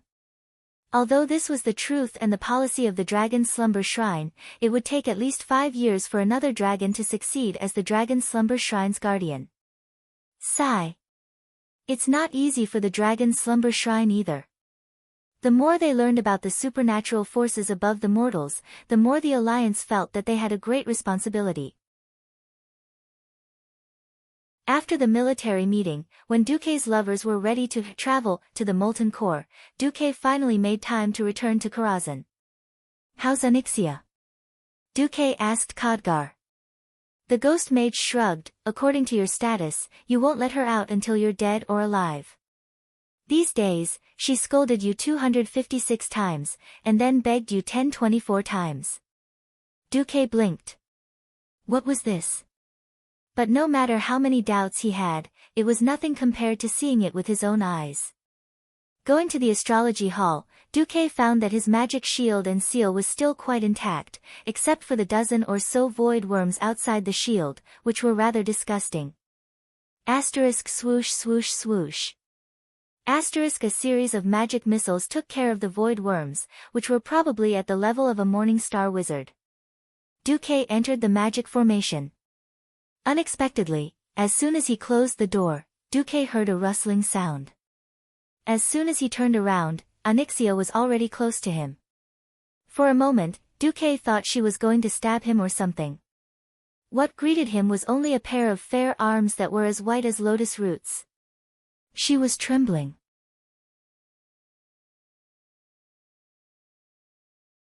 Chapter 1132. What? What's going on? If someone told Duque that the princess of the Black Dragon, Onyxia, was actually a timid person, Duque would be the first to not believe it. A timid person wouldn't go deep into the enemy's territory to play dirty tricks. Her father, Nisario, had snuck into the Alliance and died, but she was still doing well in Stormwind City. Onyxia was definitely a ruthless character who took the unconventional path. But at this moment, what Duque saw was a tear-stained face, and her eyes were wandering. Her gaze flickered as soon as it came into contact with Duque, and when Duque didn't respond, she had no choice but to look at him again. The plump and soft dragon's peak had already turned into a round pancake under the pressure, and was stuck to Duque's chest without any gap. Duque could even clearly feel the pulse of the dragon's heart. That was the sound of a panicked and disorderly heartbeat. Huh? What's wrong? My little mount. Duque had a thought-provoking expression on his face as he teased in a frivolous voice. Mount?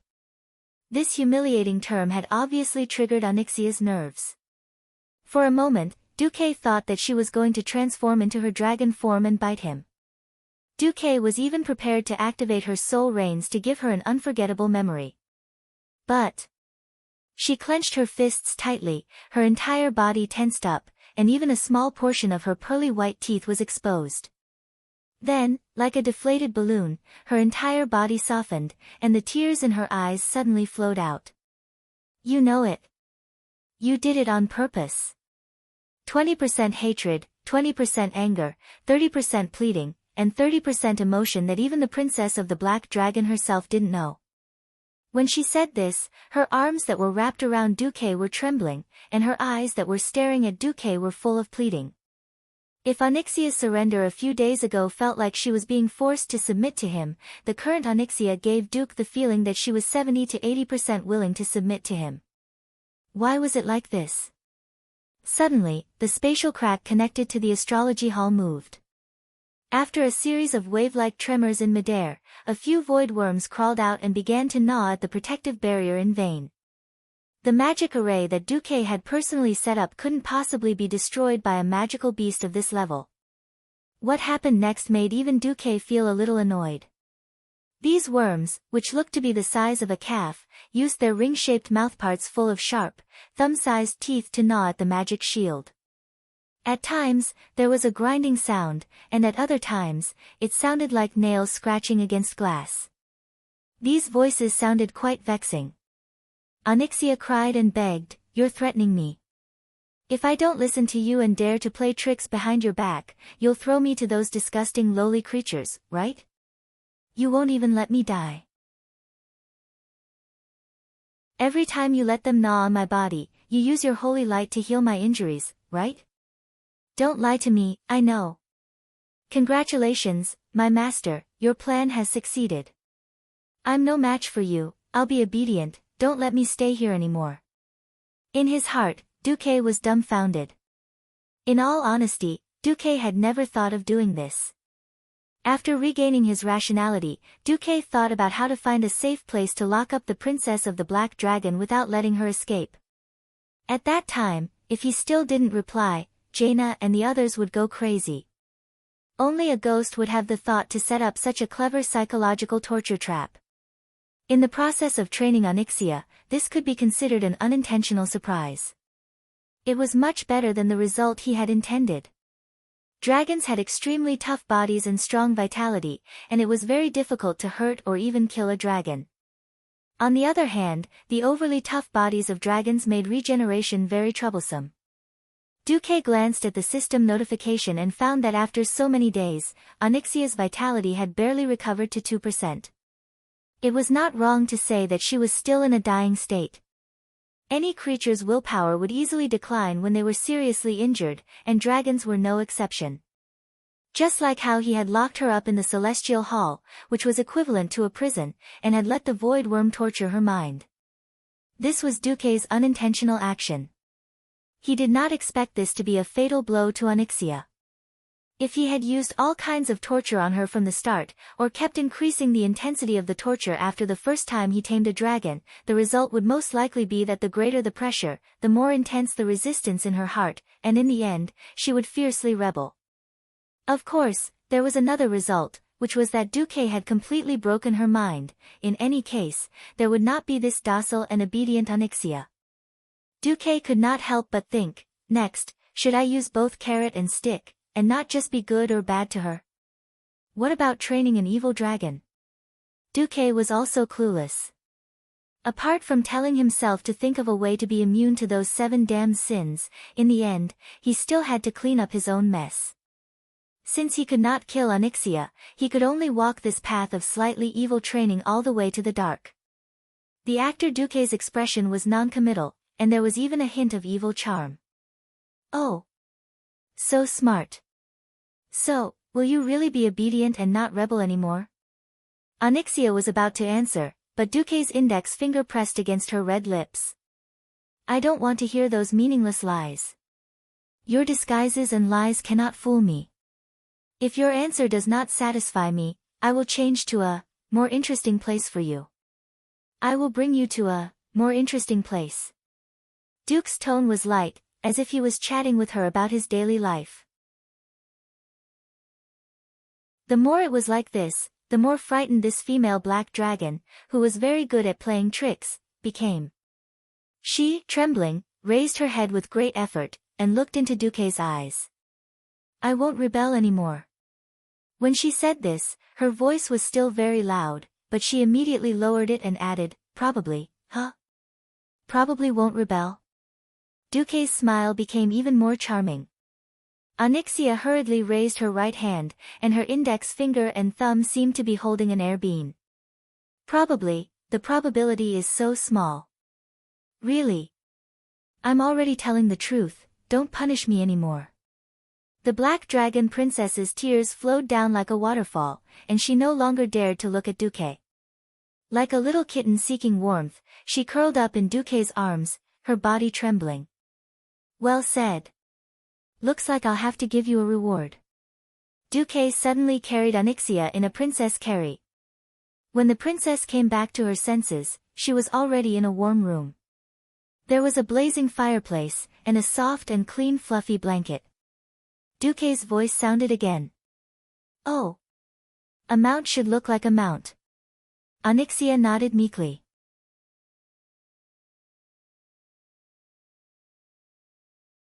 Chapter 1133. After the dragon taming whip visited the dragon's cave again and figured out the depth and twists of the dragon's cave, Duque finally had a detailed and in-depth understanding of his exclusive mount. After riding Onyxia once at night, Duque cast holy light and fed her a large amount of good meat, bringing her HP back to 10% in one night. The next morning, Duque decided to ride her again. Pippi dragon, let's go. Duque sat on the huge black dragon's neck and swung the soul reins. Onyxia instantly turned her head and rolled her eyes at Duque. However, those yellow vertical pupils that were bigger than water basins no longer had that fierce and vivid light. In the end, she sighed helplessly and flapped her huge wings. The black dragon princess injuries were still very serious, and there were many holes in her wings. She almost lost her balance when she took off. Unlike in human form, at least the wounds on the surface had all healed. The black dragon princess in dragon form still had many wounds that were shocking to look at. This was done on purpose by Duque. Anyway, no matter how long Onyxia had been in human form, she still believed that she was a dragon. The wounds on her dragon body allowed her to recognize her situation even more clearly. Thus, she was unconsciously willing to make more concessions in human form for the sake of survival. But wasn't concessions in human form still concessions? Perhaps she could still deceive herself on the surface, but what about in her bones? With one hand holding the reins and feeling the breeze brushing past his face, Duque felt great. Ha! I'm not riding some nameless, common young dragon of the dragon clan. Either I don't ride, or I just walk, I don't ride a mount. If I'm going to ride, I'm going to ride the best. Aha, only a boss dragon like Onyxia is the mount that I dream of riding. After circling a few times in the sky above Karazhan, it felt good, but a little slow. Duque took out a long whip used by beast tamers from his storage pouch, and with a snap, he lashed out with the whip, hitting the black dragon's butt. As a boss-level black dragon, Onyxia definitely had thick skin and tough scales. The dragon's body did not feel anything from the whip. But the psychological shock was the most profound. Her whole body stiffened, and she almost fell from the sky. For a moment, she almost wanted to fall to her death together with her bastard master, Duque. Unfortunately, wizards were the least likely professions to fall to their deaths, let alone Breaking Dawn wizards. If the dignified black dragon princess were to fall to her death, she would be too ashamed to face her ancestors. Although she did not have the face to see her dead father now, she could only imagine the day she would be rescued when she thought about how Alexstrasza was captured and almost turned into a mount. Now that she was under the control of the black dragon soul, and had handed over the soul reins, she could only imagine the day she would be rescued. Well, she actually didn't have much hope. After all, her brother Nefarian had never taken her seriously. The relationship between the black dragons had always been cold and indifferent. After being whipped a few times by Duque, no matter how unwilling Onyxia was, she could only endure her grief and anger and try her best to speed up. Riding a dragon and riding a griffin were essentially the same. Dragons were bigger and smarter. They could sit more stably, and they could do whatever they wanted with a sole command. This was really incomparable. Sigh. Duque had originally wanted to slay dragons, but he had accidentally become a dragon knight. This could only be said to be fate. After flying around the upwind trail for about 10 rounds, Duque called out to Onyxia, "That's enough, let's do this for today." The black dragon's huge wings flapped gracefully in the air, and its huge body slowly descended onto the platform of Karazhan. The Saintess of Chastity, Khadgar, and a large group of Einherjars looked at Duque and Onyxia with complicated gazes. After lowering her neck to let Duque jump off, the black dragon princess used the ultimate transformation spell and returned to her human form. She was still rather weak. After returning to her human form, her legs gave way and she staggered. Duque quickly caught her. "Are you all right?" Facing Duque's gentle greeting, Onyxia's body trembled. She shouted in her heart, "Don't be fooled, Onyxia. You are the great and proud Black Dragon Queen.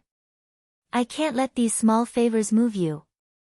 However, in her state of not recovering from her injuries, her body and mind were very honest. She could almost immediately feel that her weak body seemed to have some warmth, as if she had some strength again. Onyxia's face blushed slightly as she lowered her head and replied, "I'm fine. Rest for a while.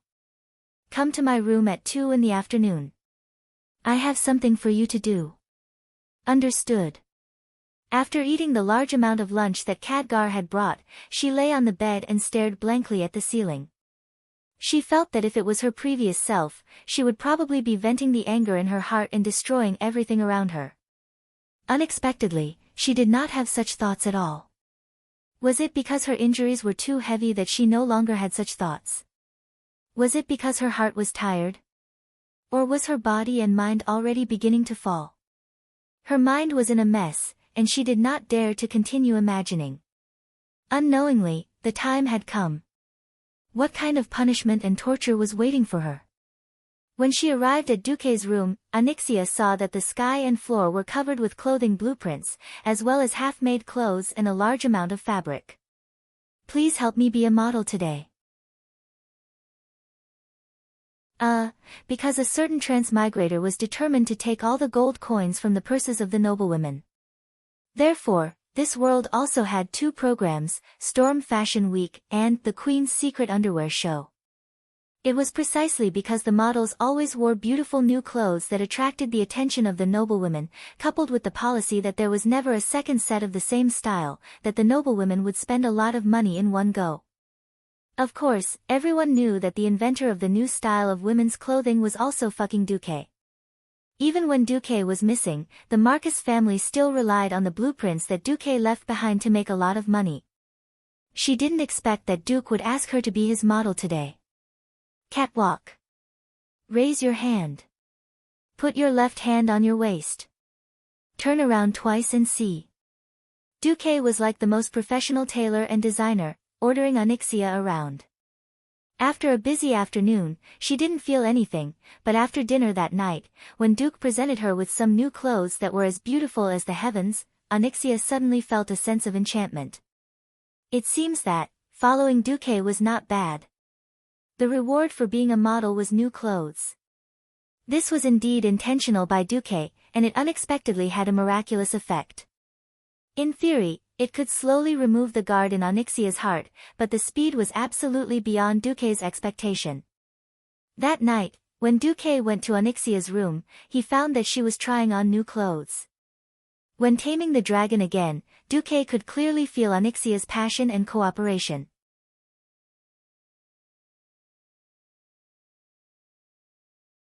Chapter 1134. The advantage of the system elf was that the things that existed in Duque's memory before, even if Duque himself had completely forgotten them, as long as they existed in the depths of his memory, the system elf would be able to dig them out. The system elf would be able to dig out the Milan Fashion Week's new product launch that he occasionally caught a glimpse of on television. The system elf would also be able to dig out the Swarovski man-made crystal ornaments that he had seen on the roadside. The stingy Duque could not bear to give Onyxia real diamonds. Duque casually made a batch of glass ornaments that were specially made to trick people. Who knew that it was as if a magical switch had been opened? With the small rewards of new clothes and fake diamonds, the Black Dragon Princess was obviously more cooperative with the training. Even if she made a mistake and was spanked by Duque with a board, she would cry and accept it willingly. What was even more amazing was that she still retained a faint resistance and a strong sense of shame. She still refused to put a collar on her dragon neck. The reins only symbolize that I have been conquered and lost my freedom. The collar represents that I have lost myself and become a brainless thing like a dragon. Make your choice, my master. No matter which one it is, it does not mean that I have given up the choice to resist. The only difference is which one has a smaller probability. Onyxia said stubbornly. Duque patted her head, but in the end, he did not put the collar on her. It was purely because Onyxia's reigns had more historical significance. More than a month had passed. It was April 2nd, 21 years after she stepped into the dark portal.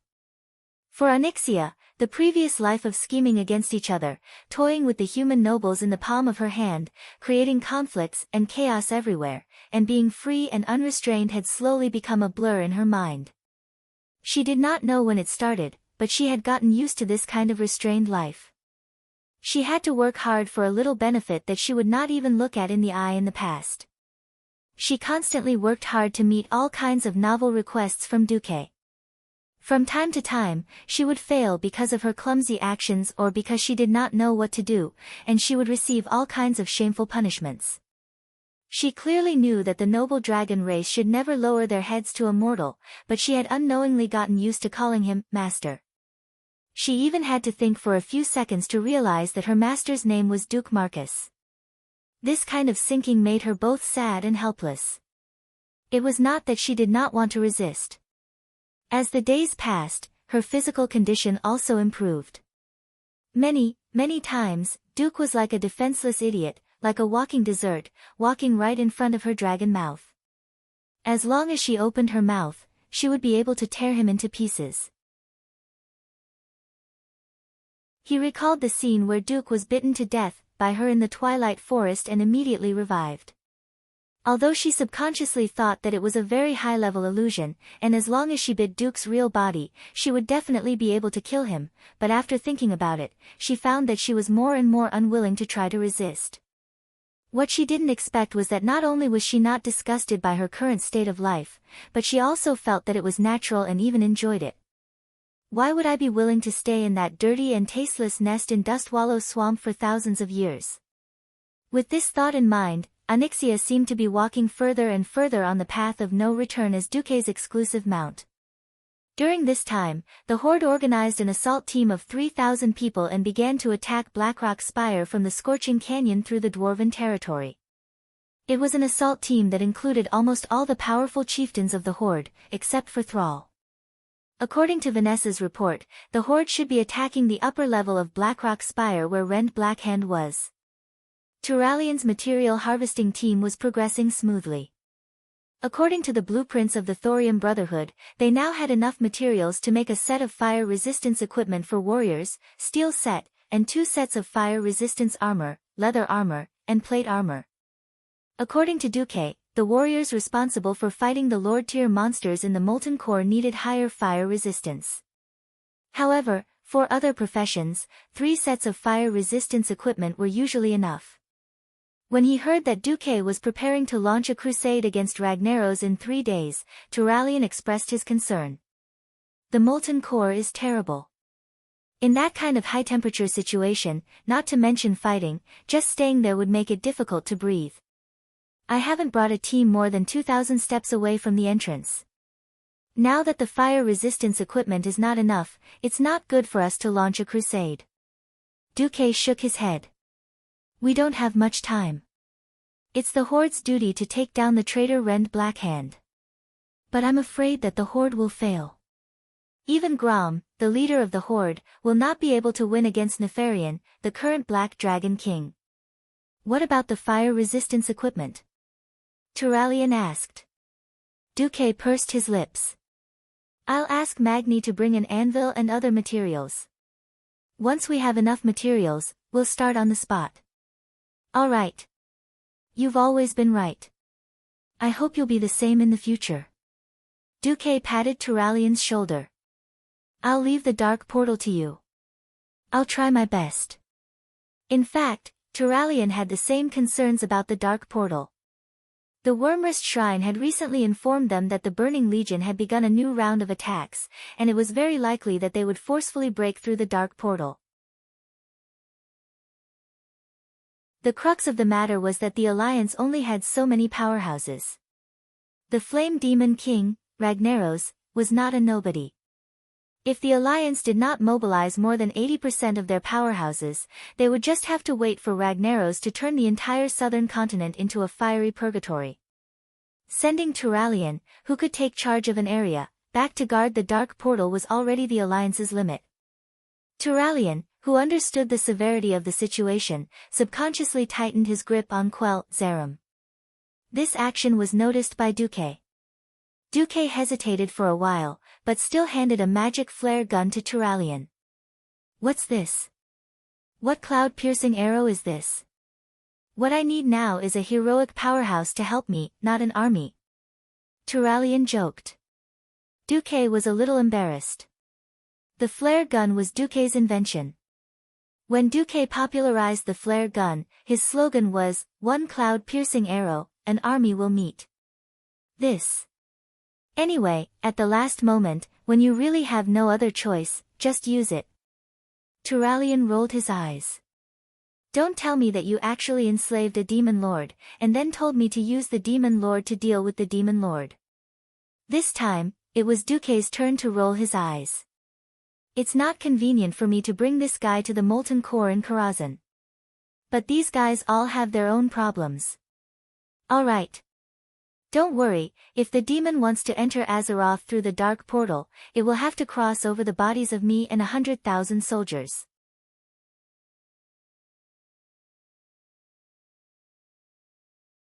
Chapter 1135. On the 5th of April, Duque led the elites of the Alliance into the Blackrock Pagoda. Their goal was the exact opposite of the Horde's. Instead of going to the upper levels of the Blackrock Pagoda, they headed straight for the Molten Core. With Vanessa leading the way, Duque immediately opened a teleportation door for the heroes to go straight to the Blackrock Abyss. Magni, the dwarf warrior, took the lead, and the others followed closely behind. They swept through the path guarded by fire elementals and entered the Molten Core. In order to avoid provoking the lords of the Molten Core, they didn't open a teleportation door leading to the Molten Core. Now that Duque had entered, he opened a teleportation door leading to the Mirror Lake. However, Duque, who wanted to keep in touch with the outside world, soon disappeared. The high temperature of the lava world gave birth to new fire-type monsters almost every second. For example, there was a lava giant that was at least 5 stories tall guarding the entrance. As long as the lava giant was killed for more than 2 hours, a high concentration of fire element would gather, and new monsters would be born from the lava as if it was predetermined. They continued to devour and fuse with each other until a new elite-tier giant creature appeared and once again occupied this empty territory. What was more troublesome was that this was the Molten Core. All the monsters didn't just rely on their eyes to sense their enemies. As long as they weren't pure creatures that belonged to the fire domain, they would all be attacked. A thief's stealth was useless here. The high concentration of chaotic fire elementals in the air cut off all possible magic communication. We have to believe in Duque. He has led the Alliance through so many crises, and this time is no exception, Turalyon said. This wasn't based on any facts or reasoning. It was definitely a form of worship, but the Alliance soldiers believed in it. As if stimulated by the allied tribes attacking the Blackrock Mountain together, a large number of Blackrock orcs began to pour out from other secret exits of the Blackrock Tower. Like rivers flowing into the sea, they gathered into an army of more than 50,000 people. Under the leadership of Mame Blackhand, they counterattacked the mountain tunnel and the stone dam path connecting the Scorching Canyon and the Dan Moor area. At the same time, they crossed the barren land and invaded the Loch Moden area. Bulang Bronzebeard began to lead the mechanized dwarven army, teaching Mame that dead orcs are the best orcs at one point. Still, as the hordes of black whelps and draconic whelps joined the fray and the Griffin Legion from Eagle Nest Mountain stood against them, Mame was forced to retreat. The battle fell into a stalemate. On the other side, thousands of fire elementals began to pass through the Blackstone Path in an attempt to break into the Stormwind Ridge mountain region. With the help of the Dalajan mages, Windsor barely managed to maintain the battle line. The most crucial part of the war was the Watch Castle that was monitoring the Door of Darkness. There was no evidence that the current Black Dragon King was in cahoots with the Burning Legion. If anyone said that there was nothing fishy going on, Turalyon would be the first to deny it. Almost at the same time when the two major forces of the Blackrock Spire attacked the Alliance from 2 different directions, the Door of Darkness suddenly moved. A green horizon suddenly appeared in the air. It was completely different from the barren Crimson Cursed Land, but it seemed to be of the same origin. Because it was the ravaging of the dark powers that turned the southern part of the Swamp of Sorrows, which was filled with pests and snakes, into a barren land. The Alliance was no stranger to this shade of green. So when the green line appeared, the patrolling hippogriffs and night elf knights immediately noticed it. Seeing the red fireworks that shot into the sky, the entire Watch Castle rang with the most shrill alarm. In just 30 seconds, the first batch of 18 Griffin Knights on duty had taken off, assembled, and pounced towards the Door of Darkness.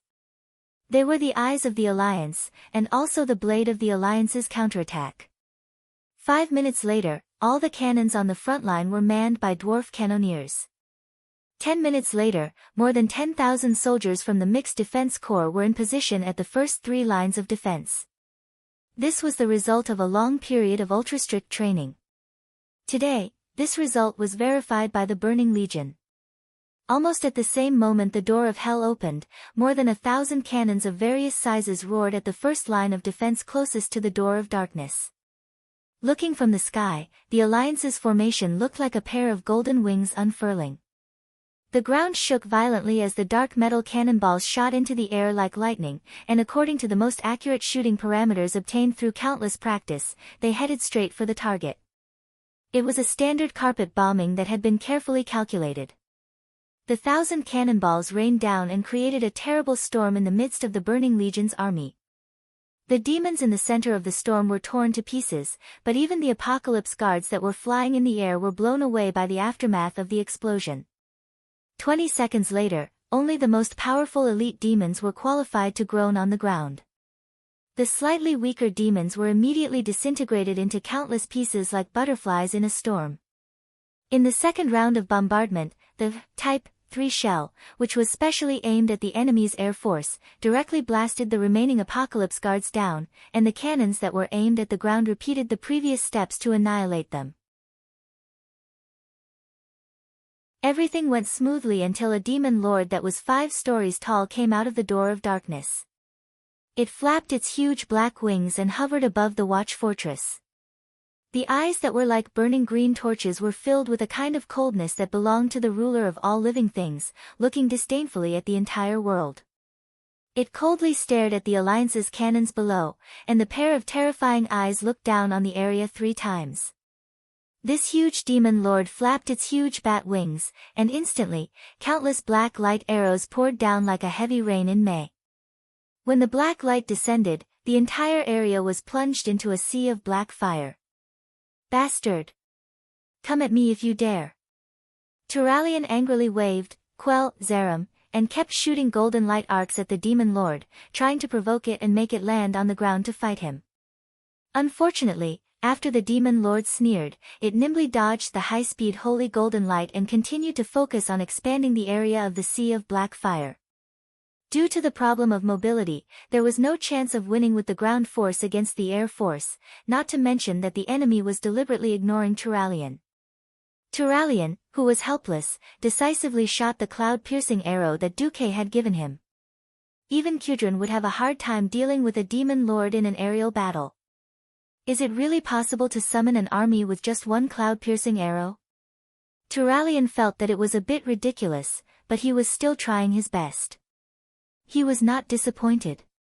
Just 3 minutes later, accompanied by a distant dragon's roar, a huge black dragon shadow approached the watch fortress at high speed.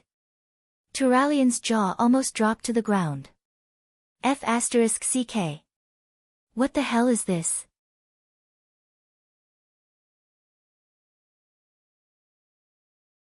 Chapter 1136. After inheriting the royal sword, Quell, Zalem, Turalian's personal strength had risen to the peak, but he still gave everyone the impression that he was a wise general. This was because he was born at the wrong time, and there was still Duque, who was even more powerful in battle, above him. But it was true that he rarely cursed or lost his composure. This time, he really lost his composure. In fact, it was not only him, even many of the Alliance's high-ranking officers could not believe their eyes. Kudrin, who was riding the Griffin King's Scarlet in the sky, felt depressed for the first time, muttering, Duque. You're a bastard. How can I boast about being the Alliance's #1 aerial knight in the future? The black behemoth flying at high speed from afar was almost the size of a bunker, and the flowing flames under its wings were like a cloud of fire. The turbulence it set off carried with it a blazing golden light, as if it was a blacksmith. As it swept through the sky at high speed, it seemed as if it had been set on fire, drawing a long continuous line of fire. The Alliance's warriors in the watchtower were surprised by its size and power, but the big shots in the Alliance who were familiar with it were more concerned about her identity. After all, less than 2 months ago, many people had just fought with her to the death. On the ground, a captain of the Dalajan Wizard Legion raised his head and stared at the hole in the black behemoth's wing. Although the hole had begun to heal and become smaller, its location would not change. Oh my god. That's the Black Dragon Princess Onyxia, right? Onyxia? A blood elf ranger in charge of protecting the captain was stunned. Isn't she the protagonist of Bloody Valentine? I heard that she has been sealed by Sir Marcus. Why, is she wearing armor? And it's the emblem of the Marcus family? Yes. Onyxia seemed to have followed in her father's footsteps, installing a lot of high-strength mithril armor on her body. Of course, this was not because she had gone overboard like her father and almost self-destructed, and was forced to use high-strength alloys to fix her body to prevent it from falling apart. This was purely because Duque saw that her injuries had not fully healed, so before he left, he used the metal stored in Karazhan and made her a set of armor with mediocre craftsmanship to cover her unhealed body parts. That's right, she was the army of thousands that Duque had handed over to Turayan. As if it had heard the whispers of the guards on top of the watchtower, its glistening yellow vertical pupils swept across the watchtower. In the next second, the huge dragon mouth let out a furious dragon roar at the guards in the direction of the watchtower. Roar, tens of thousands of soldiers subconsciously shrank back, and some of the more timid ones even closed their eyes, waiting for the terrifying dragon breath that might descend. However, there was nothing. Onyxia seemed to shout out of boredom, and then without looking back, she directly approached the demon lord that resembled Kazakh in the air at high speed. To unfamiliar species, other races all looked the same. As someone who had fought against Kazakh before, Turalian knew that this guy wasn't Kazakh, but a third-rate apocalypse lord. And the only thing that guy was proud of was his ability to fly. Seeing Onyxia approaching, the guy panicked, and the first thing he opened his mouth was a paragraph of dragon language. Wait. The Burning Legion has an agreement with your brother Nefarian. Who knew that Onyxia would become even angrier, and she replied in the common language, bastard. When I was being tortured by Duque, where was my good brother? Besides, he is him. I am me. After saying that, regardless of the consequences, she continued to approach the Apocalypse Lord at high speed. Since the ancient war 10,000 years ago, the dragons and the Apocalypse Guards of the Burning Legion could be said to know each other very well. In a pure one-on-one aerial battle, the flexibility and mobility of the dragons of the same level were definitely above the Apocalypse Guards. The Apocalypse Guards could only rely on numbers. This Apocalypse Lord was in trouble, and in one breath, it shot out a huge cluster of shadow arrows. Then a scene that left everyone dumbfounded happened. With her equally huge body, Onyxia put on a good show of God's evasion. Her long neck and streamlined body were like a snake, weaving through the shadow arrow rain at high speed, occasionally taking one or two shadow arrows, but she did not seem to mind at all. In the blink of an eye, Onyxia had already passed through the Apocalypse Lord's 3 consecutive shadow arrow volleys and arrived behind the Apocalypse Lord. Don't look down on the Burning Legion, the Apocalypse Lord shouted. No. I'm just looking down on you, the Black Dragon Princess coldly said. Burning with flames, the huge beheading sword that was at least 2 stories tall slashed out an arc of light in the void. Onyxia responded by breaking beautifully in the air, dodging the attack with her upper body. Then, the terrifying dragon tail that could split mountains and split rocks was like a meteor hammer, drawing a black arc in the air and smashing into the back of the Doomsday Lord at an even faster speed. Ugh! The Apocalypse Lord whimpered, and then turned into a cannonball, crashing into the empty space less than 100 meters in front of Turalian. Well done! Turalian and Kudrin said in unison. The Apocalypse Lord seemed to be very clear about the strength of his land battle. Ignoring his dizziness, he shot a bunch of shadow arrows in Onyxia's direction, then tried his best to flap his wings and fly away. Just when Turalian and Kudrin had not arrived, and the Black Dragon Princess was temporarily avoided, a golden pillar of fire descended from the sky and landed on the Apocalypse Lord's head. A domineering, majestic, and sonorous female voice rang out, "Evil shall be purified, Such an exaggerated, sacred fire? Turalyon turned his head in shock. A huge portal had just opened on the edge of the battlefield, and then a female giant that was at least 3 or 4 stories tall, wrapped in holy light, came out of the portal. She had just raised her huge palm. Turalyon knew who she was. She must be the Saintess of Karazhan that Tyrion and Gavin Rad had mentioned. Turalyon was overjoyed. He raised his divine sword high and shouted, "Destroy evil." Turalyon and the Saintess of Chastity formed a perfect joint attack, but Onyxia obviously kept her distance from them. If she did not occasionally attack the Apocalypse Lord who was trying to fly back, one would really think that she was just a bystander. Turalyon suddenly smiled bitterly. It seemed that this female black dragon had regarded herself as part of the evil camp. But that was not important. It was enough to restrain the flying demon lord. Losing its only advantage, the Apocalypse Lord's fate was decided. After taking care of the demon leader, the Burning Legion's attack naturally failed. Onyxia turned around and was about to leave when Turalyon suddenly shouted, "Wait! The watchtower needs your strength."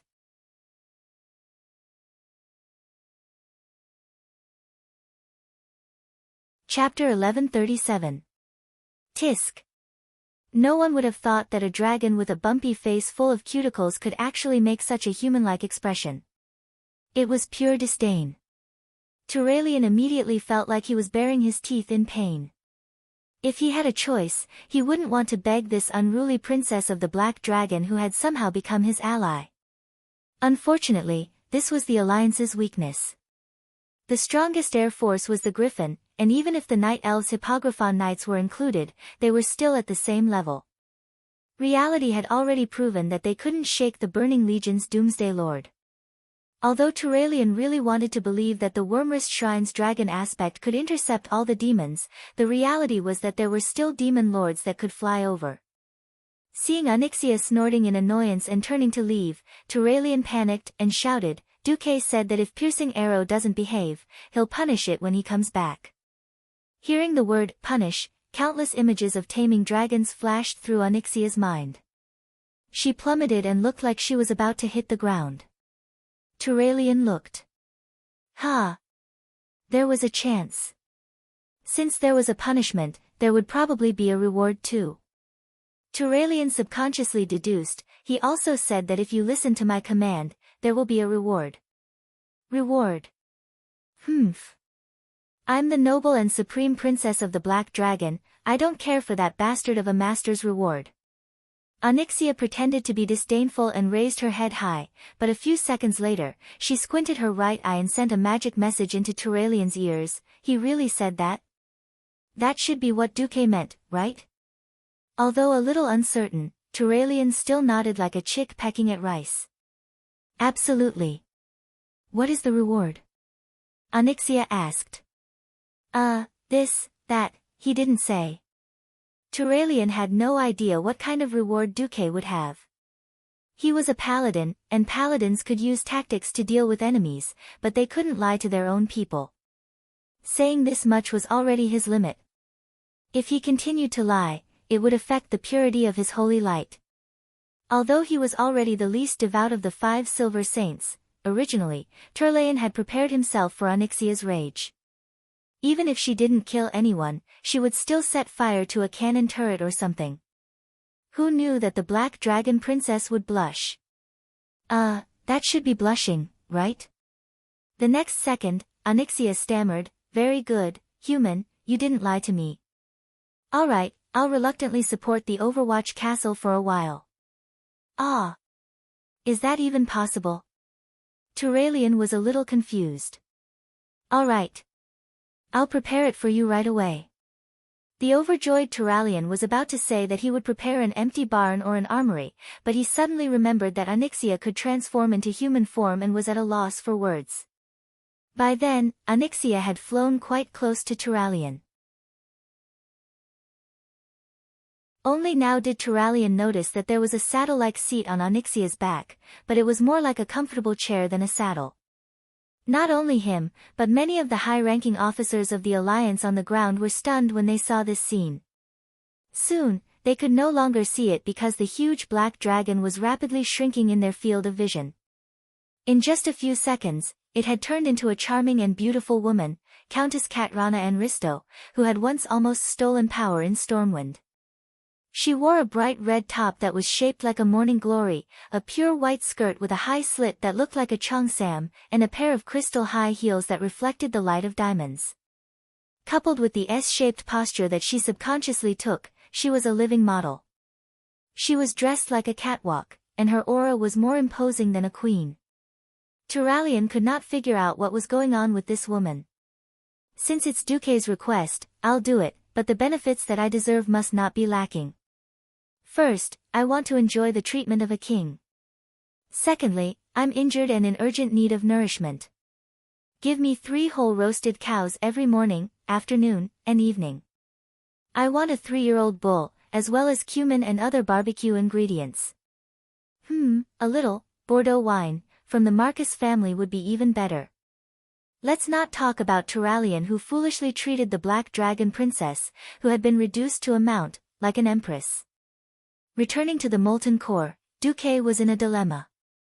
This was the real world of Azeroth, so the Molten Core was not a dungeon or alternate dimension that could be cleared in a few hours.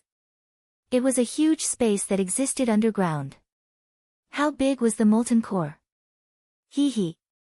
When Ragnaros was angry, he blasted the Red Ridge Mountains into the burning plains and scorching canyon of today.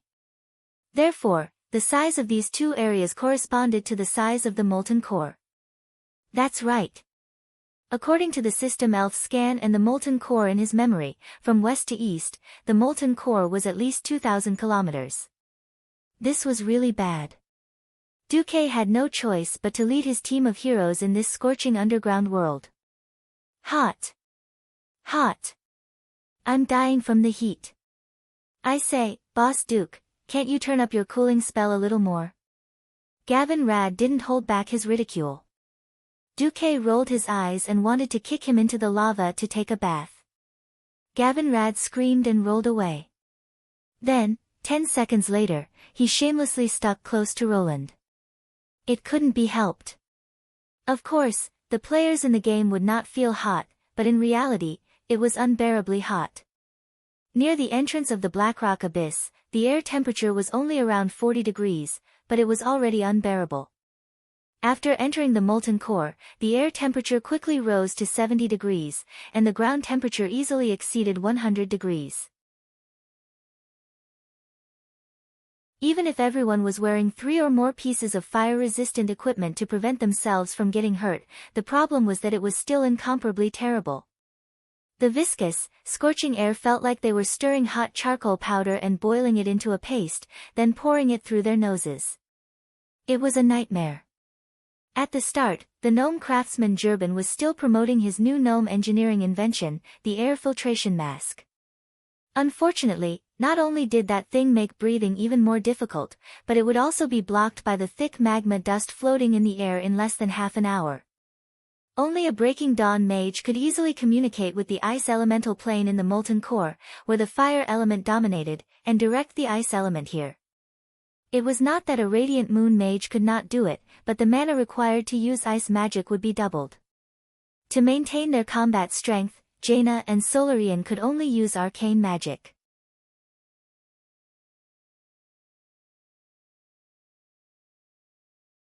Chapter 1138. The only 2 Breaking Dawn wizards in the team became the absolute core of the team. They could expand the range of their ice shield to isolate heat and filter the air to a certain extent. Because Ronan was a generation younger, he was kicked out by Duque to take care of the melee team. The ranged team could only surround Duque in a circle with a radius of no more than 100 meters. It was not that they couldn't go any further, it was just that it was too hot. They were both Breaking Dawn wizards, but the difference between Ronan and Duque was obvious. Ronan had to focus on sensing the ice elemental plane and use his mana as a Breaking Dawn wizard in order to maintain a constant temperature in a radius of 30 meters. It was not impossible to expand it further, but that would use up his mana reserves. This was impossible in order to prepare for the upcoming battle. Moreover, even if Ronan and Duque lowered the temperature to 20 degrees Celsius, the air on Duque's side was fresh and cool, while the air on Ronan's side was still turbid. It was true that Ronan was Duque's disciple. He had thought that he was only a breaking dawn and was not that far off from his master. Who would have thought that he would encounter such a situation? A weak-minded person might say that he was an arcanist, but Ronan was clearly not one of them.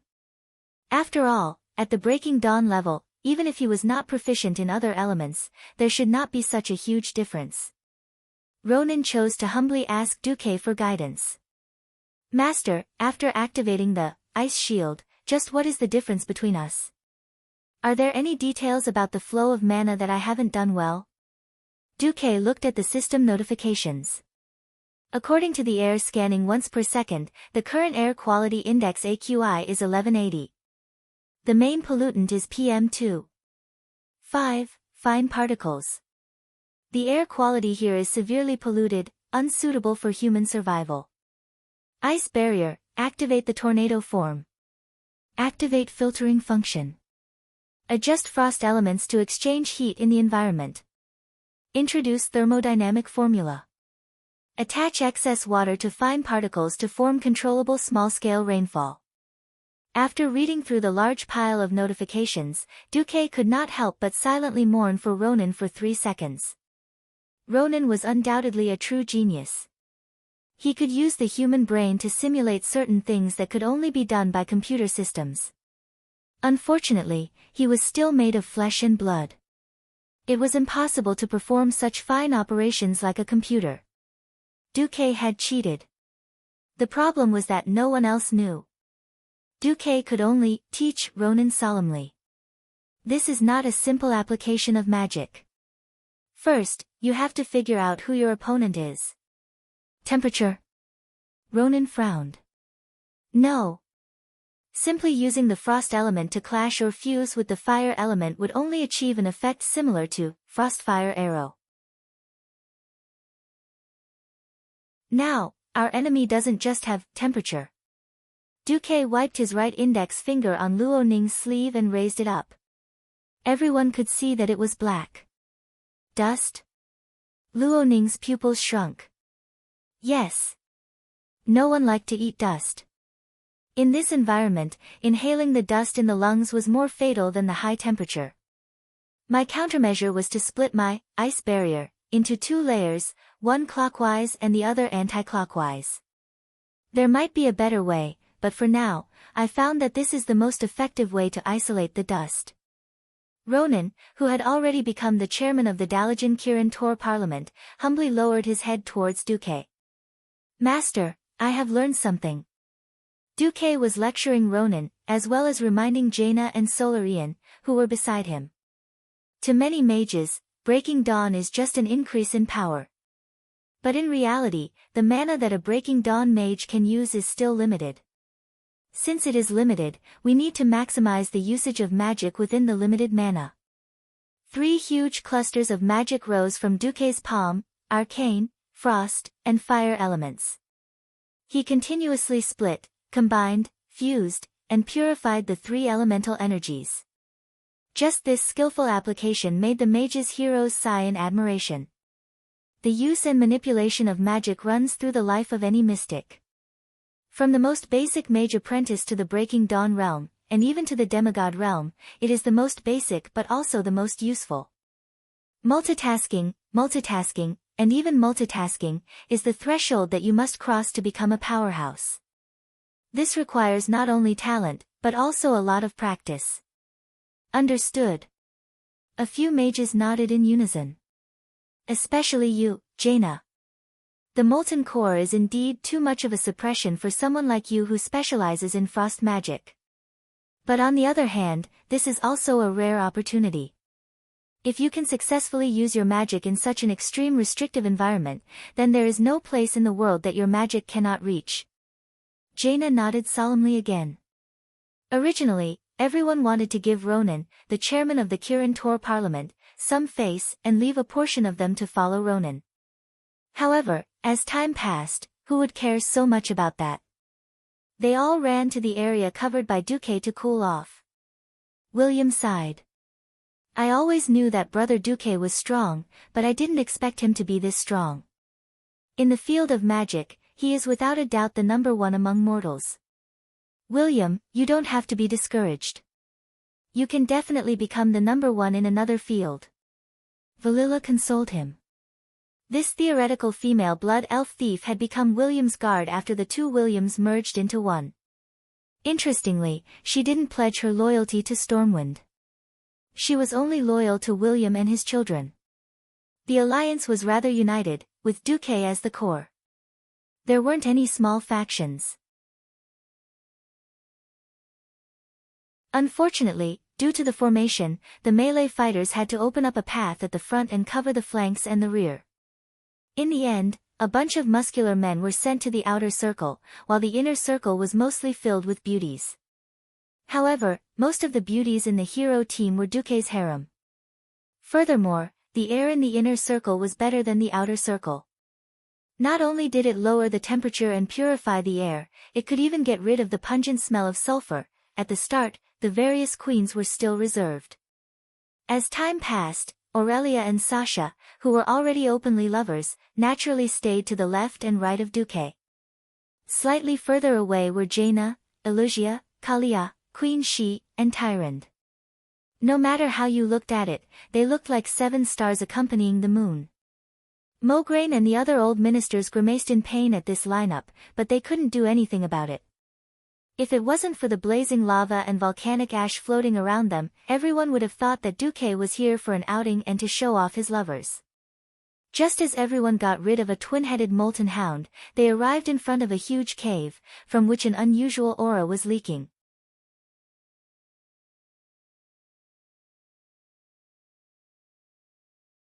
Chapter 1139. Huh. The fire elemental energy inside was so dense that it was almost solid. Almost everyone frowned. Along the way, everyone had seen the rolling lava on the side of the huge stone path. They had dealt with the 2-story tall, 2-headed molten fire hound wrapped in flames, and beaten up the 7-story tall molten core giant made of high-temperature rocks. However, the cave in front of them was not that high, and everyone was still hesitant to go further.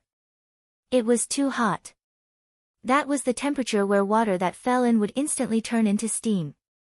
Everyone looked at Duque. Duque rubbed his chin. In his mind, the system was comparing the terrain. The molten core in reality was a completely different concept from the game. This was not a simple expansion of the map in the game. Because of various factors such as volcanic eruptions and lava rivers that constantly changed the terrain, the map in memory was not that reliable. 50 kilometers ago, Duque thought that he had reached the place and sent the first water elemental in. It was not attacked, but it was melted by the high heat. Then, he asked Vanessa to scout the way. However, when they entered the lava cave, a small volcano near the entrance suddenly erupted, and the path into the cave was blocked. Vanessa almost fell for it. Well, when she went, she had a full set of thief epic equipment, but when she came back, she was wearing a maid uniform. She used sprinting, while using the tips of her toes to step on the flying rocks like a dragonfly skimming the water. She kept running like a cloud. Boo-hoo.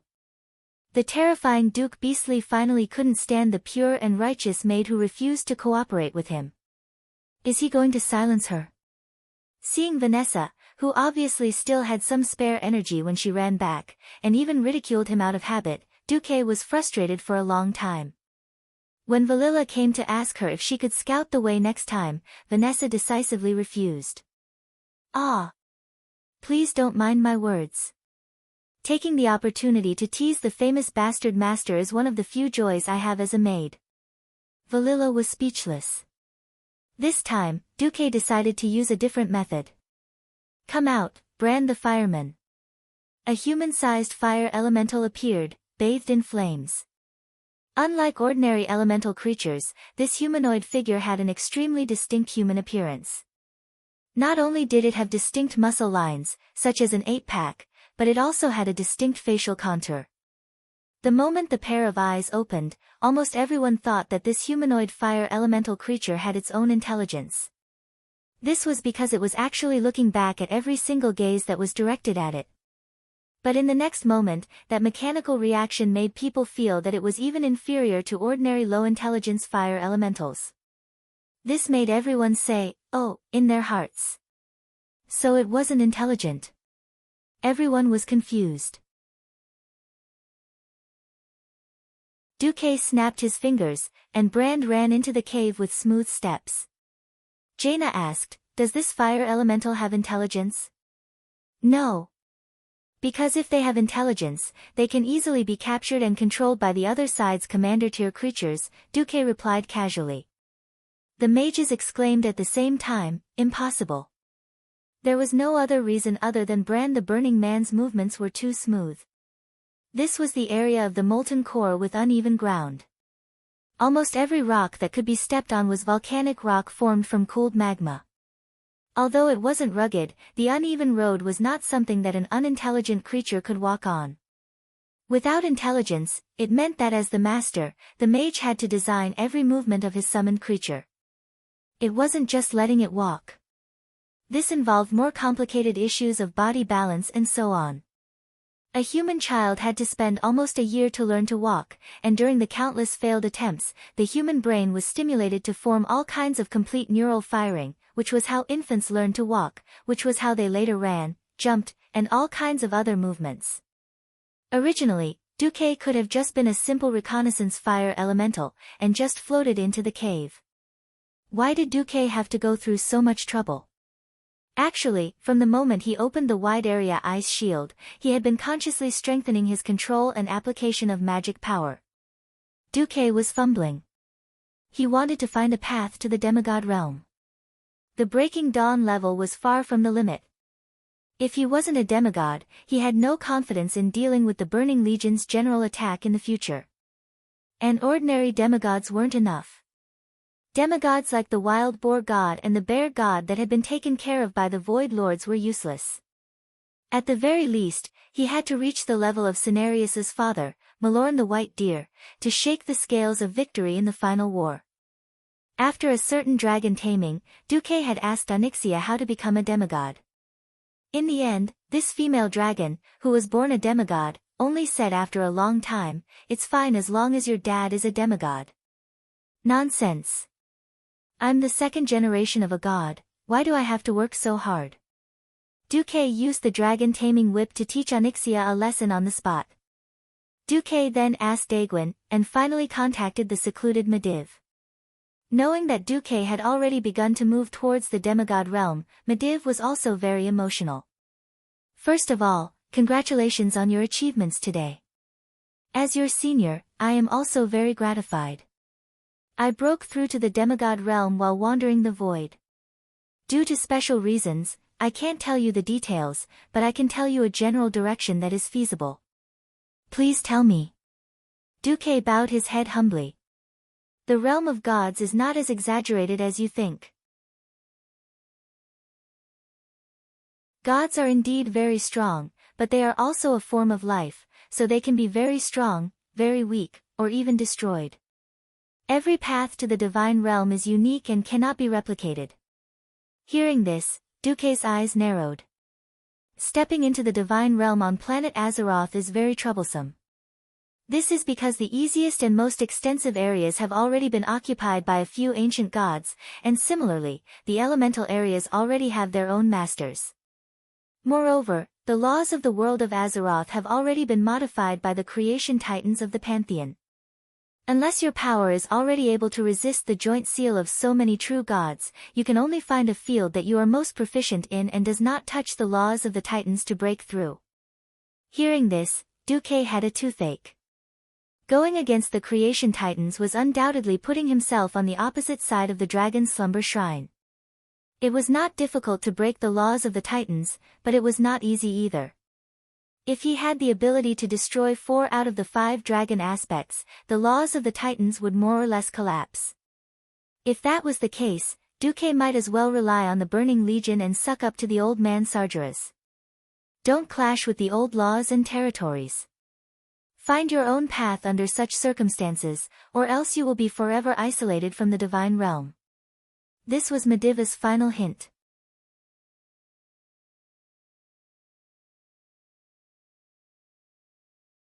Chapter 1140. Of course, the name Brand was Du's idea. At the same time, it was also a small hope and experiment for Duque. Since he came to Azeroth and accidentally became a pharaoh, he would have to deal with elements. It wasn't that Duke hadn't thought about killing Ragnaros and becoming a god of fire himself.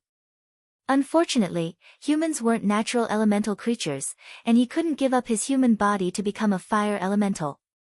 Otherwise, what would happen to his harem of girls? Of course, it was a good idea to see if he could get a piece of Ragnaros's flesh. This fake fireman, Brand, was Duke's first test subject. Brand wasn't a fire elemental creature in the traditional sense of Azeroth. He was more like a collection of complicated programs. If he wasn't a fire elemental, he would be an NPC. Just like the monsters in the games Duque played before he traveled to this world. It seemed like it could see enemies and react to every object in its field of vision, but that wasn't the case at all. Duque used the system Genie to compile a program for Brand. For example, something within a 100-meter radius could be used as a condition to trigger a certain program. In this place, there should only be a special monster that triggered Brand's reaction. Before driving Brand into the cave, Duque had prepared himself for many things, but this was obviously not one of them. The turbid air was filled with the aura of raging flames, as well as the barbaric aura of the ancient desolate lands. Poor Brand. He only shot a fireball into the cave before it was crushed into sparks by the thing that rushed out. 5 dogs. Duke's voice went hoarse. Right. 5 molten hounds popped their heads out of the cave together. This kind of 2-headed lava monster with lava droplets constantly dripping from the corners of its mouth was disgusting no matter how many times he looked at it. Duque's eyes narrowed into a straight line. From left to right. Alessandro's, pull 2. Gavin Rad, Tyrion, and Magni, 1 each. Even though the dwarf warriors had short legs, they were unrestrained. Magni let out a yo-ho, and charged at the molten hound on the far right. Mograine was the most shameless. With a slash of Ashbringer, 2 blades of holy light shot out, instantly causing the 2 fire hounds to chase after him in anger. Only Gavin Rad and Theon were left. They were the ones who could only run. Gavin Rad was so angry that he shouted, "Boss, Alexandros cheated. I also want a divine artifact." If it was any other place, Duque would have told him that there was no divine relic, but it was the molten core. It was the first place in Azeroth where a divine relic could be found. Not 1, but 2. The first was Thunder's Fury, blessed sword of the Wind Chaser, Wind Sword for short. There was once a player with a particularly good character who graduated in 2 weeks. When he walked around Iron Stove Castle with the wind sword, which looked like a cake fork but had lightning flashing in the middle, countless warriors and thieves just wanted to push him into the furnace of Iron Stove Castle and let him be reforged. The wind sword was awesome not because of its own attack power, but because of its despicable, shameless, and stackable speed reduction effect. In the original version, a mage would become brainless after being hit by it a few times. A fireball that could be made in 3 seconds would take 30 seconds. Duque didn't know if he could make it in this lifetime, but if he did, it would be something that could greatly disrupt the opponent's magic circuit. The other one was Savra's Hand of Ragnaros the Balrog. This hammer, which emitted a fiery aura from every corner, was also a well-deserved divine relic. Extremely high attack power, coupled with the unreasonable ability to automatically shoot fireballs at the opponent's side, it was extremely overpowered. Of course, no matter which divine relic it was, it depended on the player's character. In the real world of Azeroth, there was definitely no instance dungeon for these people who were envious of exquisite equipment. Therefore, it was up to fate whether or not it dropped the key forging items. Divine relic? As the king of the land of fire, Ragnaros should have a divine relic. Duque replied with a smile. This answer instantly made Gavin Rad howl non-stop. Just as Duque was about to say something, he suddenly realized that his fireman Brand was killed again. A huge lava arm the size of a two-story building suddenly stretched out from the magma and crushed Brand to death. Then, the eyes of the giant floating on the surface of the magma turned and looked at Duke and the others. And it wasn't one giant, but two. Molten Core Giant and Molten Destroyer. Duque's expression darkened. The Molten Core Giants weren't afraid. They had killed at least a dozen along the way. However, the Molten Destroyer was difficult. This guy was considered an elite among the Molten Core Giants. Its unbelievably powerful attack power could directly stomp a warrior with poor equipment or insufficient strength to death. Now, there were 7 monsters. Even though this team was made up of hero-level bosses and had enough melee professions, they still felt a sense of danger. Magni, use Deity's Descent, and take on another giant. Alright. Magni's body instantly grew more than 5 times, and his entire body shone with a metallic silver light. After angering the Molten Fire Hound, this guy intercepted and slammed his shoulder into the 2 giants that were charging at Duque's long-range team. Hey! I'll tank all 3 of them. Duke ignored Magni, who was putting on a pretentious act. Instead, he looked at Brand nervously. This fireman, who had been injected with a large amount of programming, relied on the dense fire elements in the surroundings to revive. However, when he slowly regained his form, there was another uproar in the cave. This time, hundreds of fire elemental creatures that looked like little demons rushed out. They were Inferno Imps. A single Inferno Imp wasn't much of a threat. At most, they could burn the people around them. However, when hundreds of them came together and stacked their own fire rings, even a warrior wearing a full set of fire resistance equipment would find it difficult.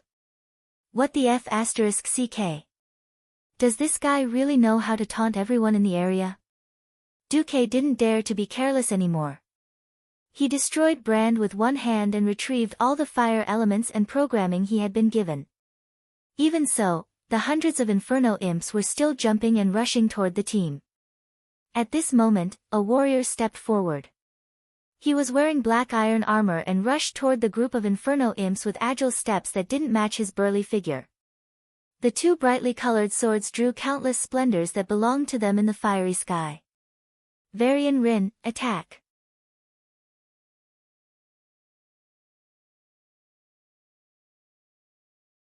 Chapter 1141. The Flaming Imps, Flaming Nova, blossomed on William's body. If William wasn't wearing a full set of fire resistance equipment, he would have become a roasted pig by now. Even so, fire resistance didn't mean fire immunity. William's hair started to burn, which proved that he was still in danger. Varian, seeing that he had charged into the group of Inferno Imps, Valera panicked. Unfortunately, she was only a thief. Apart from the temporary, shadow cloak, that could nullify such a large amount of fire damage for a short period of time, she was completely powerless against so many Inferno Imps. However, William was still crazily slashing and slashing, attracting more of the Flaming Imp's attention with his divine artifact swords. Unlike Varela, who was panicking, Brawl, who was part of the Iron Triangle of Misfortune, threw healing spells like Heal and Rejuvenate at William's head with all his might, just as he had done in the arena that day. All his actions were treating the symptoms but not the root cause. That was because if these hundreds of Flaming Imps didn't die, William would be like a small boat in a stormy sea that could capsize at any time. At this moment, Duque made his move. You guys kill the Molten Destroyer. Duque softly ordered the long-range experts to deal with the giant that had stomped on Magni like a pig being slaughtered, while he focused on dealing with the imps. Ronan wanted to say something, but he chose to obey. However, his mind was on the group of Flaming Imps, and he continued to shoot magic missiles at the giant absent-mindedly.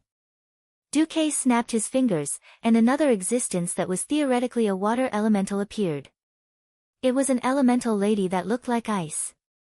Her ice-blue lower body seemed to have merged with the waves of ice below her like a skirt. Her upper body had obvious feminine features, but her helmet was long and sharp like a woodpecker's beak, blocking half of her face that seemed to be carved. Embrace the ice, she hugged the air. William, who was fighting back against the flaming imps with all his might, suddenly felt the pressure around him disappear. That was because a huge ice coffin had appeared out of thin air, separating him from the flaming imps outside. Bright flames collided with the extremely cold surface of the ice coffin, blossoming into beautiful but impractical flames. It then turned into a fading spark and was annihilated in the air. The next second. Feel the power of extreme ice. With the Ice Maiden's finger as the center, a strong gust of wind suddenly blew above William's head. At the same time, boundless water vapor crossed the space and surged out from the cracks in the space. It condensed into a dark cloud about 20 to 30 meters in diameter at a height of about 10 meters above the ground. The Ice Maiden's finger lit up, and a ray of blue light shot into the clouds like a thunderbolt. It immediately triggered the dark clouds above William's head, causing a series of rumbling sounds. In the next moment, countless ice arrows the size of pinky fingers rained down from the clouds. The ground under his feet was made of hard rocks formed by cooled lava. Even elite knights wouldn't dare to say that they could smash the ground with a single blow. However, when these ice arrows hit the bare ground, they immediately left bowl-sized holes. One could imagine how terrifying the power of these ice arrows was. This wasn't the end. Immediately after, Duque raised his left hand and spread his fingers. A blue halo immediately appeared on his palm. Without saying a word, Duke flicked his finger to the left, sending the blue ring of light flying out like a flying knife. Then, he flicked a second ring of light to the right. Just like that, he continued to shoot out rings of light in his hand. These halos flew in the air to the periphery of the flaming imps, forming a huge ring that surrounded all the flaming imps. No one can stop the avalanche, the Ice Maiden yelled again. From the ice coffin to the ice halo, the entire area had become a snow-white forbidden zone for life. From the ground formed by lava all the way to the top of the rock stratum hundreds of meters in the sky, everything was white. It was as if Nascent's eternal ice and snow had transcended time and space and arrived here, pouring over the heads of the hundreds of flaming imps. In the eyes of the heroes, a snow-white Optimus Prime appeared. After a series of explosions, all the ice shattered into magnificent ice crystals, and all the imps were swept away. Only William was left inside, looking around in a daze. William took a slight breath of the icy aura around him and mumbled, "So this is Brother Duque's true power." True power? I'm afraid it's more than that, right? Valilla and Brawl, who were older than William, mumbled as if they were sleep-talking. On the other side, Ronan went all out. His arcane missiles could no longer be considered missiles. It was more like a huge arcane light pillar that directly hit the molten core destroyer's chest. The surging arcane energy continuously destroyed the structure of the giant's body. Less than 20 seconds after Duque eliminated the flaming imps, Ronan, who had gone all out, destroyed the molten core destroyer. The huge body made of lava disintegrated into rock fragments that could not move and fell rapidly into the lava beside the road. Perhaps after a while, the unique environment of the molten core destroyer would breed new molten core destroyers. At least in the short term, there would be no need to worry about its threat. After eliminating the factors that could directly lead to the collapse of the team, the next step was easy. After dealing with the remaining molten core giants, Duque called out to everyone, "Gather the 5 dogs together and let them die at the same time within 10 seconds. Otherwise, they will revive each other." This was not only the experience gained from the game. Through the system's scan, Duque could clearly see an ethereal energy band connecting the 5 molten core hounds. Unless the molten core hound that had just been killed could be torn into pieces within 10 seconds, the other molten core hounds that were still alive would revive after injecting large amounts of fire elements into their dead companions. Duque's order was carried out. Moreover, Duque, who could see the HP of the molten core hounds, kept using his high attacks to balance the damage dealt to the 5 molten core hounds. In the end, the 5 molten core hounds cried out in pain at the same time and collapsed to the ground. Phew! Phew! Phew! Everyone was panting heavily. The battle just now had not reached its limit. At least it had given everyone a heads up. Even though many of them had Mount Hyjal level equipment, they could still fail miserably if they were not careful. Jaina asked, Duque, your fire man and ice woman are very special. They don't seem to have intelligence, but they seem to have attracted the attacks of the surrounding monsters.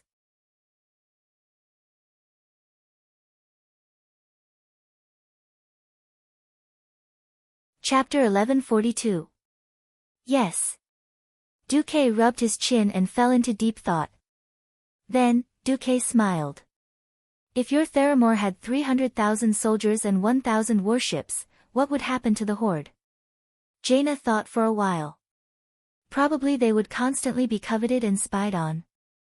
What if Theramore had a huge army of 5,000 griffins? Perhaps even Thrall would have to show hostility towards Theramore. What if the Wormrest Shrine became a subordinate of the Alliance, and all the dragons were stationed in Theramore? How is that possible? Although she said that, the intelligent Jaina had already figured out what Duque meant. There was a limit to any kind of emotion. When fear reached its peak, one would either launch a desperate attack, just like how there were always some people in history who went crazy and charged at the dragons with crude weapons, only to be eaten in one bite. Or one would recognize the fact that this was a power that far exceeded one's imagination, leaving only a sense of awe. Okay, so Duke, what you're doing now, which one are you? Duque pondered for a while. It's hard to say. Perhaps, to a certain extent or in a certain aspect, my creation is better than them, so it triggered their crazy counterattack. Is that so? Duque couldn't be sure. The journey to the molten core was still long, and Duque had plenty of time to verify all this. After destroying 2 groups of molten hounds, 3 very special-looking fire demons, 1 big and 2 small, glided over from afar, wagging their tails. William. Facing an unknown enemy. If you were the commander, how would you deal with it? If William was still the personality of Rogash's Ghost Wolf, he would probably have gone up to fight without hesitation. After Duque obtained the magic spell to remove the split from Onyxia, allowing the 2 William to merge back into one and retrieve his memories, William seemed to have matured a lot. In history, William had lost his father when he was young. After Lothar died at the hands of Orgrim, he grew up in an environment without love and care. His wife, Tiffany, had also passed away at this point in time. If it wasn't for Ando and Rin, it wouldn't be surprising for William to become a loner. Now, William was relatively calm. After all, Lothar, whom he admired the most, died of old age and not in battle. Moreover, there was Duque, the former minister of Stormwind. Although Duque was only a little more than 10 years older than him, he treated Duque as an elder. William pondered for a while. I will first observe and try to determine what type of monster it is, and then use half of my strength. Duque didn't comment immediately. Instead, he asked, what type do you think this commander-level monster is? William took out his binoculars, looked at the boss again, and replied, although he's holding a huge blade, compared to the giants and dogs we've met along the way, he and his guards are relatively slender. They're a little like the Nagas. Monsters that are closer to melee combat tend to be more burly, so I'm guessing that he and his guards should be spellcasters. If I were the commander, I would pay more attention to spell protection. Duque tilted his head. Hey, Magni, what do you think? Whoever treated this seemingly boorish dwarf king as a fool was the real fool.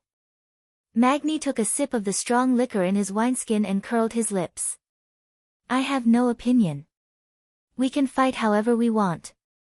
Then, he changed the topic and said, however, isn't it what we seniors should do to clean up the mess of our juniors? Duque laughed and turned his head to the other side. Ronan, since William has determined that the opponent is a spellcaster, you should pay more attention. You should pay more attention. I'll leave the magic support for this battle to you. Understood, Master.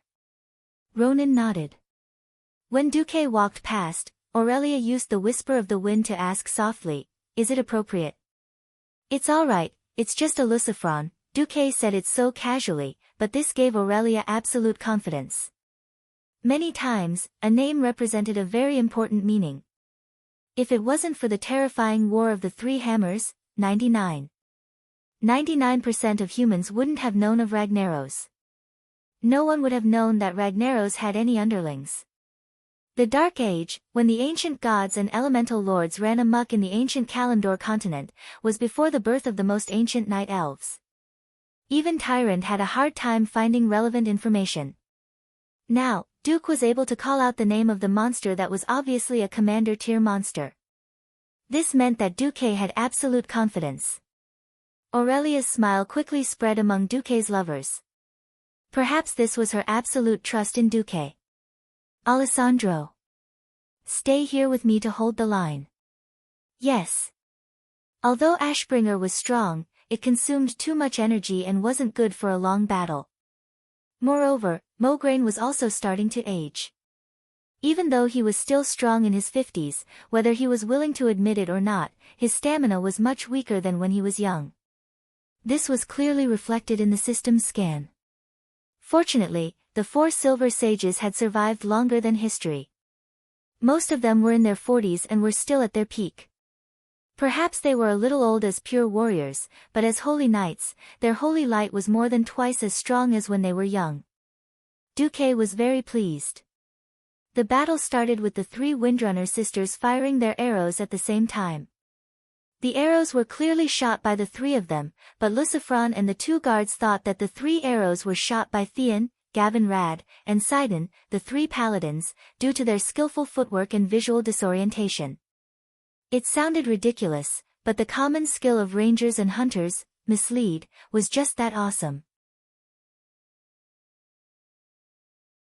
Seeing the 3 idiotic fellows split into 3 groups, and in less than a minute, the first guard was taken down, Magni muttered, "Perhaps this is what you mean by, not good enough, Duque. I feel like this battle isn't challenging at all. It's like torturing those energetic but lacking in combat skills at home. How boring." Duque glanced at Magni's ridiculously luxurious equipment and cursed in his heart, "If I'd known this would happen, I wouldn't have brought so much good equipment for you when we went back to the War of the Ancients." Suddenly, the system genie let out a sharp alarm. On the way they came, a huge commander-level figure suddenly appeared. On the other side, in the distance behind Lucifron, dust rose into the air.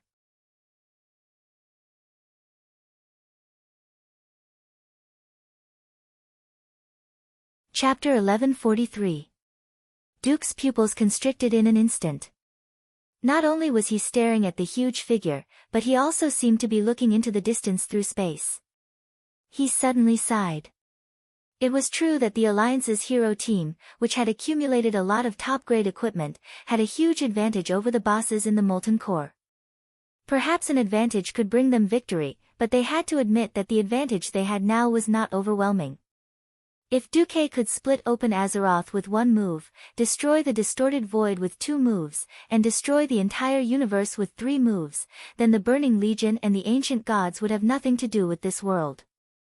No matter how strong the hero team was, it would still take a lot of time and effort to deal with these bosses. The prerequisite was that the bosses in the Molten Core would line up for them to kill. Now, it seemed that this was not the case. That's right. The Molten Core's territory was bigger than Duque had imagined. According to his original plan, each boss was about 100 kilometers apart.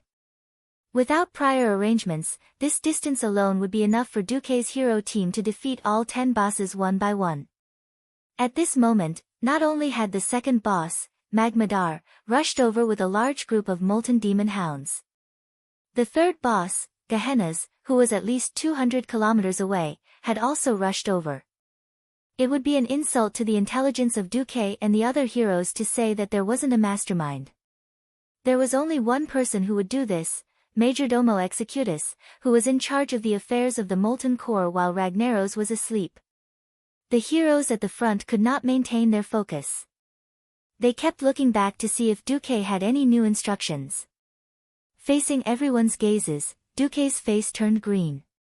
Then, he suddenly laughed. That's right.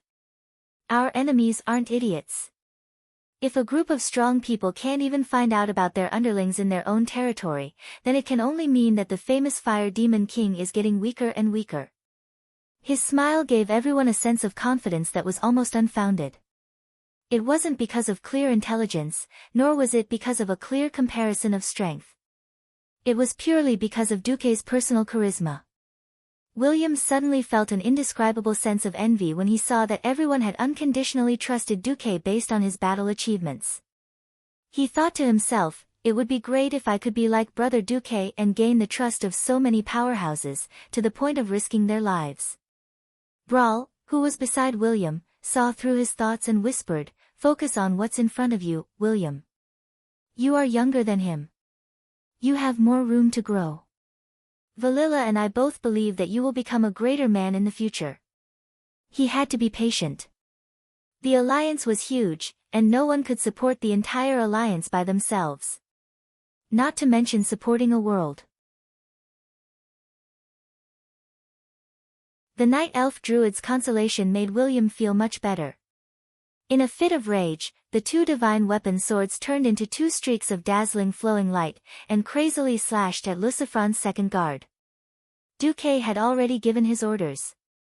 He first pointed at the huge hound behind Lucifron and said, "Magni, you carry that big dog. Be careful, the dog king should know, fear, like the puppies. Benedictus and Sally, you take care of the dwarf. Alexandros and Tyrande, do your best to clear the hounds." "Understood." The heroes replied in unison. Mograine asked nervously, "What about the fellow behind?" Duque smiled and said, "I'll go play with it."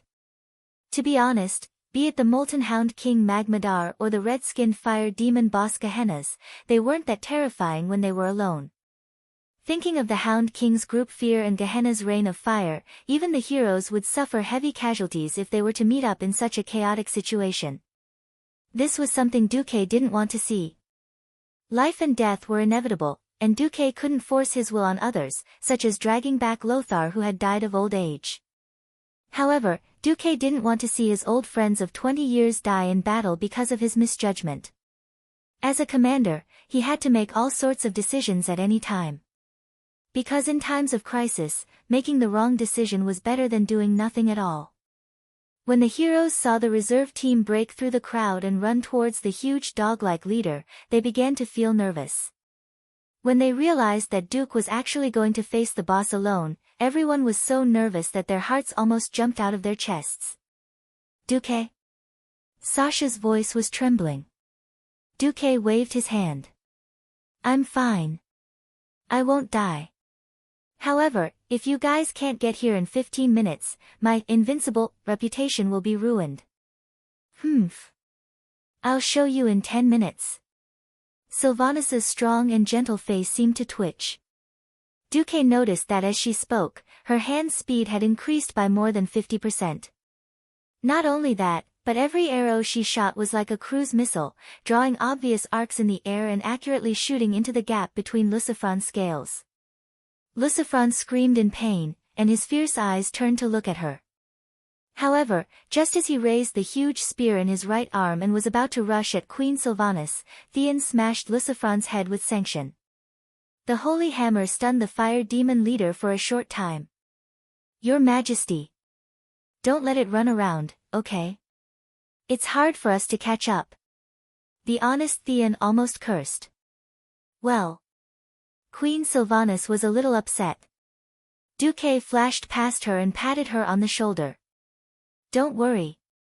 It's not that serious yet." With that, Duque used Blink and appeared 200 meters away. "Humph." Queen Sylvanas continued to fire with all her might. This time, the Empress Dowager was so angry that she couldn't say a word.